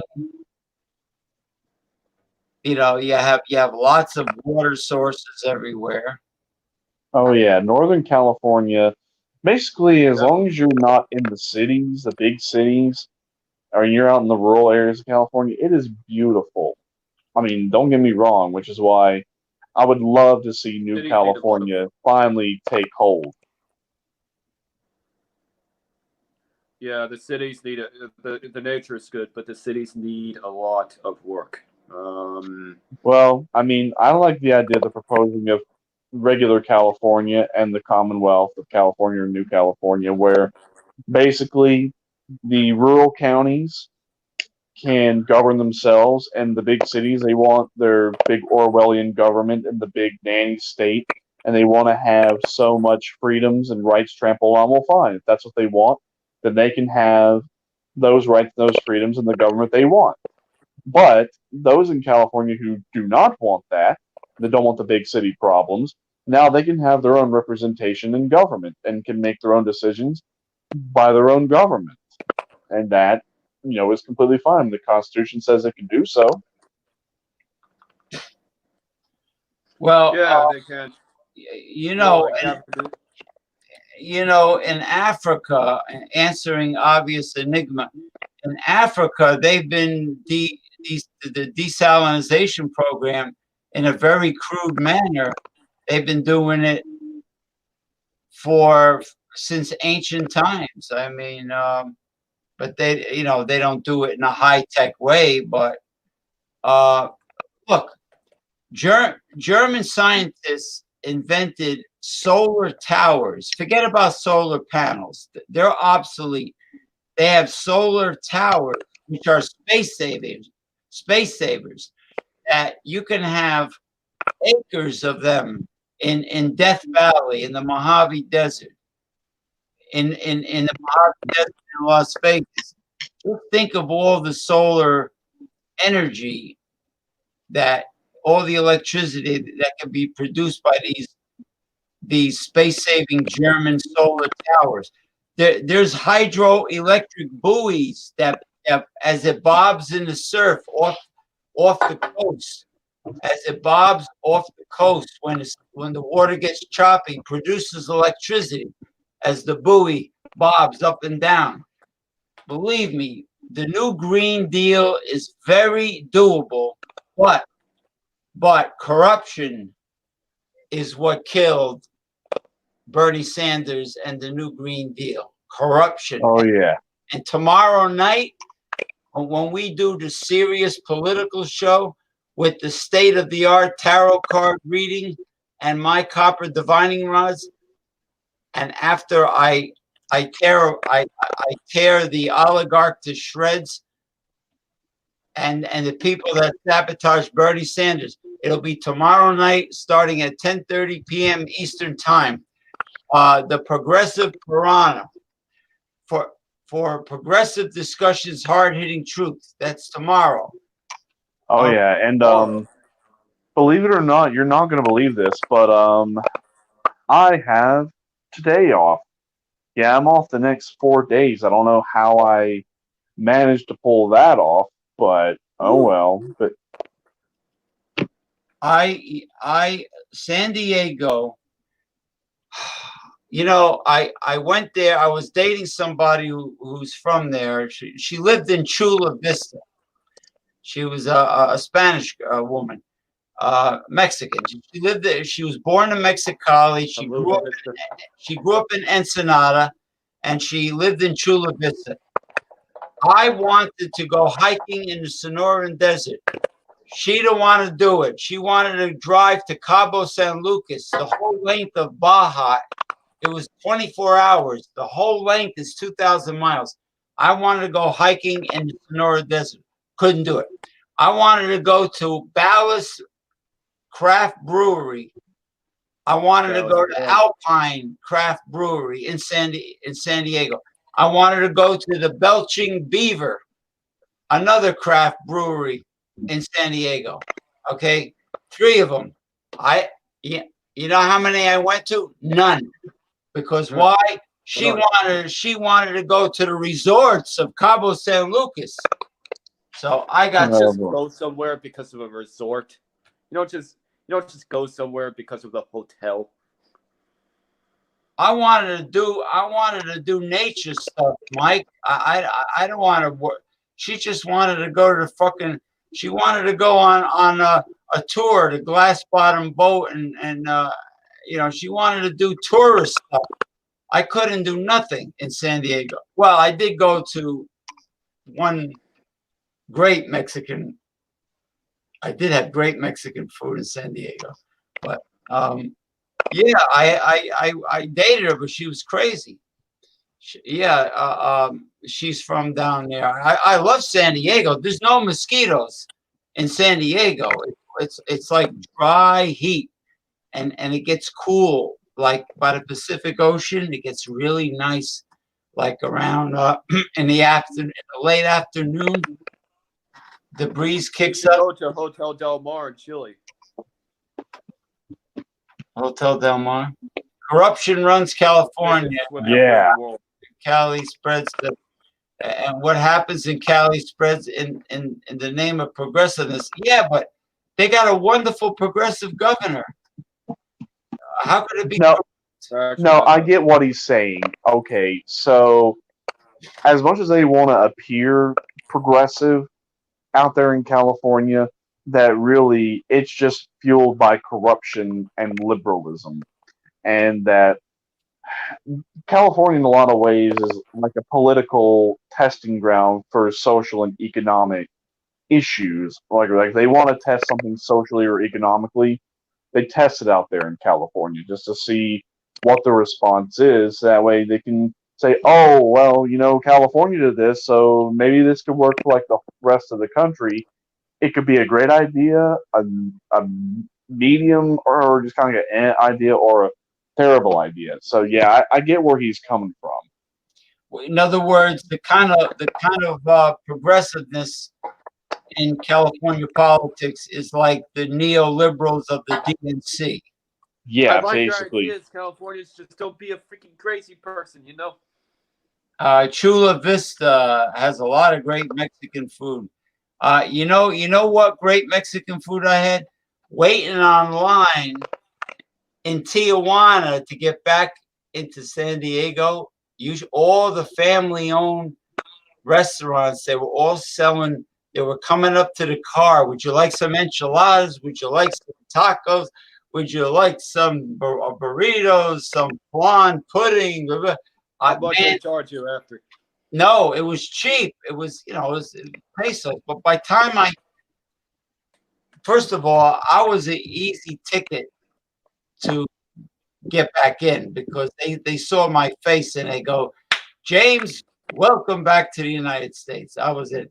But the point is I was full because of all this great family, all this home style Mexican cooking I was eating while I was in the car. Oh yeah. And now his girlfriend grew up in Chula Vista too. Yeah, believe me, I really wanted a hike in the Sonora Desert. I have my pointy Western boots, my black leather Western hat like Clint Eastwood. I had the whole outfit. I like High Plains Drifter or a Fistful of Dollars. I wanted to go walking in the desert. But no, she wanted to do the resorts in Cabo San Lucas. If I was with my male friends, if I was with my male friends instead of a chick, I would have done a lot of cool stuff. Newsom is a crook. Okay, Newsom is the governor of California. He is. He is. I got a beer with that guy any day. Now, Enigma, what do you think like of Batman? What do you think of Arnold Schwarzenegger saying, "Oh, it's good to stay home and quarantine. It's easy to stay home. It's fun. Look at the well, sure, him and Stallone, they got everything. They live in mansions. They got everything. They can get anything they want delivered to their house. You know, you got the jacuzzi. It's easy for you to say. What? It's easy for you to say. It's easy for you to say, look where you're living. Oh, stay home. It's a lot of fun. Yeah, right. Okay. Yeah, I'm probably going to hop off here in a few minutes. Yeah, me too. I'm going to close. Yeah. White man lost his oikos, tasted humanity in the herbs of La Raza. White man lost his La Raza is the race, right? Oh, there you go. It's well, the Spanish girl, the Spanish woman, the Latina, even Dominican, that have great body. My ex-wife was Colombian. She was Colombian. The Latina woman, and black women from Africa and the West Indies are very passionate, down to earth. They have a high sex drive. Now, Asians, they act very conservative like robots, but in bed. I wouldn't say they have a high sex drive. No, they don't. They're very conservative, right? They're they're very robotic, right? Well, they don't have. They're not. They don't. They're not emotional like Latin and African girls and West Indian girls. Emotions are a way of life. The cliche. No, really. The hot tropical blood from maybe tens of thousands of years ago. They are very passionate people, and I'm telling you, you do the Kama Sutra with them like it was nothing. You just have to like kiss them on the neck, and it's a done deal. Oh yeah, boy. Why are Asians and Latinas so different? Why does China have so many babies if the women act like robots? Arnold was just as cringy as Reagan. Actors should be in movies, not act like politicians. You know what? That's a very good question. Yeah, right. Why does the media always look for celebrities and look up to them and respect them and ask them political questions? Why does the media always interview celebrities with political questions? I don't know. What the hell do they know about politics? Maybe. Yeah. I think I know an answer to that. I believe it was in ancient Greece, if my memory serves me correctly, that if you were an actor, you actually could not testify on your behalf or on someone else's behalf in court, because you would not be able to really be distinguished between acting and not acting. Oh, that's very interesting. Damien the Wolf Owens. Oh, by the way, fat chicks give the best of blowjobs because they have to work harder. That's actually true. That's actually the fat Korean girl was good in bed because they really have to work harder. But anyway, they had no choice. But you know what? That's interesting. And you know what else is not too pleasant? In the original Olympic Games, the men had to wrestle each other naked. I'll pass on that. Yeah, me too. The media is all about supply and demand. The masses like simple-minded shenigma. Really, do people really care what the British royal family does? I don't. I don't care what George Clooney thinks of what's going on in Washington, or who's the other girl, Susan Sarandon, or who gives a fuck? You know, this enigma. He's a pretty smart cookie. He's a smart cookie. All right, listen. You got one more. That's it. They had to work harder. This canceled out about 5 or so year ages. Anti-fat shaming got fat women feeling like Marilyn Monroe. You know where obese women demanded that they were an alternative lifestyle and they demanded respect. When I was a kid, Oprah, one of Oprah Winfrey's early shows, they were all on there. Or Sally, Jesse, Raphael, that other goofy, and they're all crying the blues. We demand to be treated equally. That's the first time I saw that. But they really, like, there are models that are overweight that have gorgeous faces, and fat girls also have bigger breasts. So they got the breasts and they got the faces. So And the booty. Don't forget the booty. well, for men that like the booty, like the guys, the Spanish guys in the Caribbean, they like the fat ass, even if it's got cellulite in it. Oh, The dimples. Like Dominican guys, they like these girls that twerk. Where the ass cheeks are going like this. oh no, not twerking. I like a lean, athletic broad. I like a woman that picks up a pair of dumbbells and starts and works out. I mean, if they got a little extra weight, but they still look healthy, that's still okay by me. The masses, no, it is a fetish. There are my friend used to who used to manage high-end gentlemen's clubs, which I find amusing.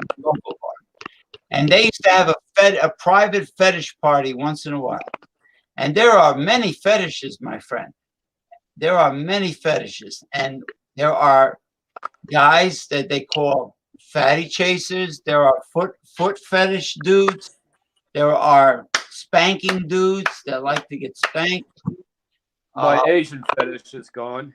There's all kinds of fetishes out there.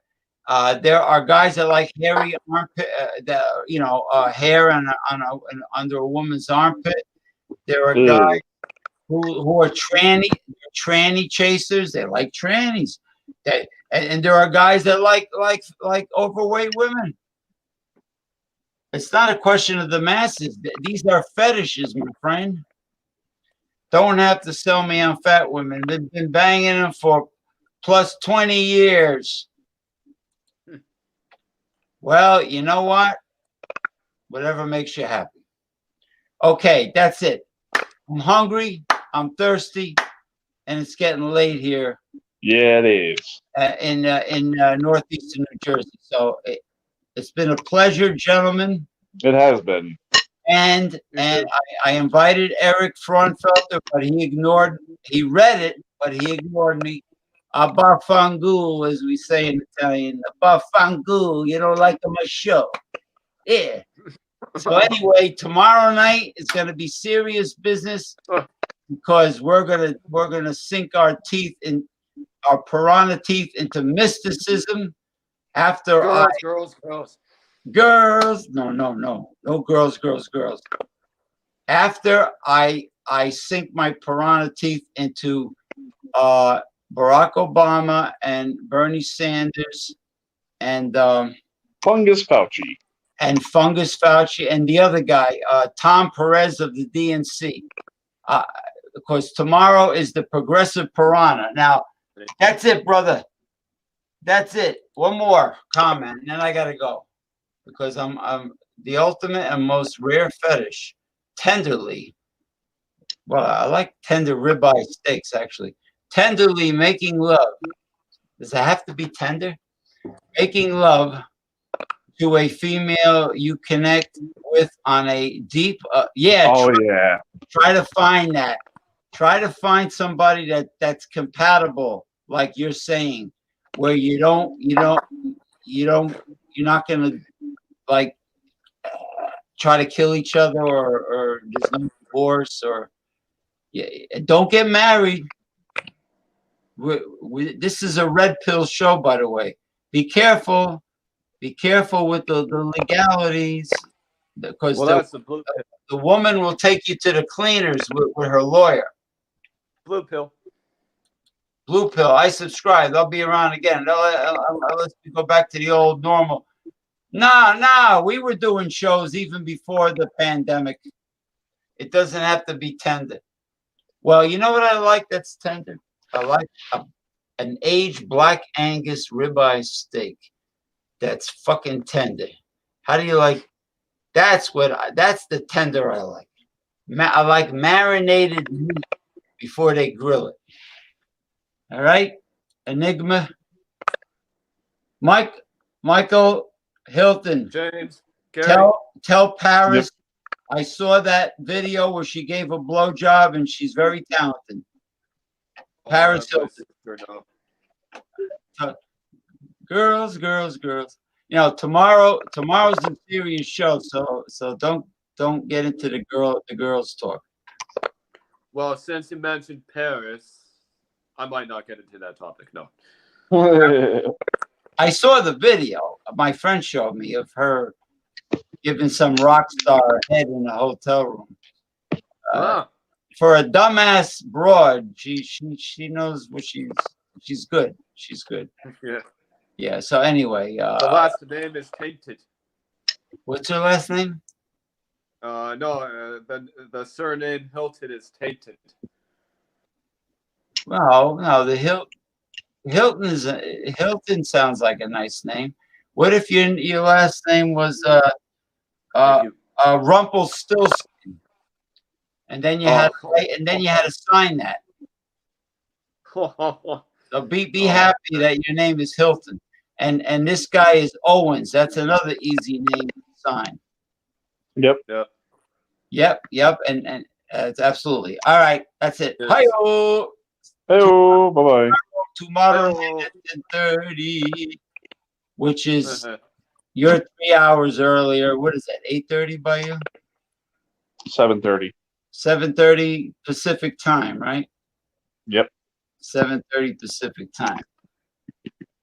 Dave Draper? Y'all later. Oh, wait a minute. He's a bodybuilder. Who's this guy? Albert Draper? Good evening. You should have joined us 1,000 hours ago when we first started. But good evening. You should be really saying good morning. Right now, Eastern time, it happens to be 2:28 a.m. 2:28 a.m. Saturday. It's Saturday already. Is it? Yeah. Whatever that means. It's Saturday already. How about that?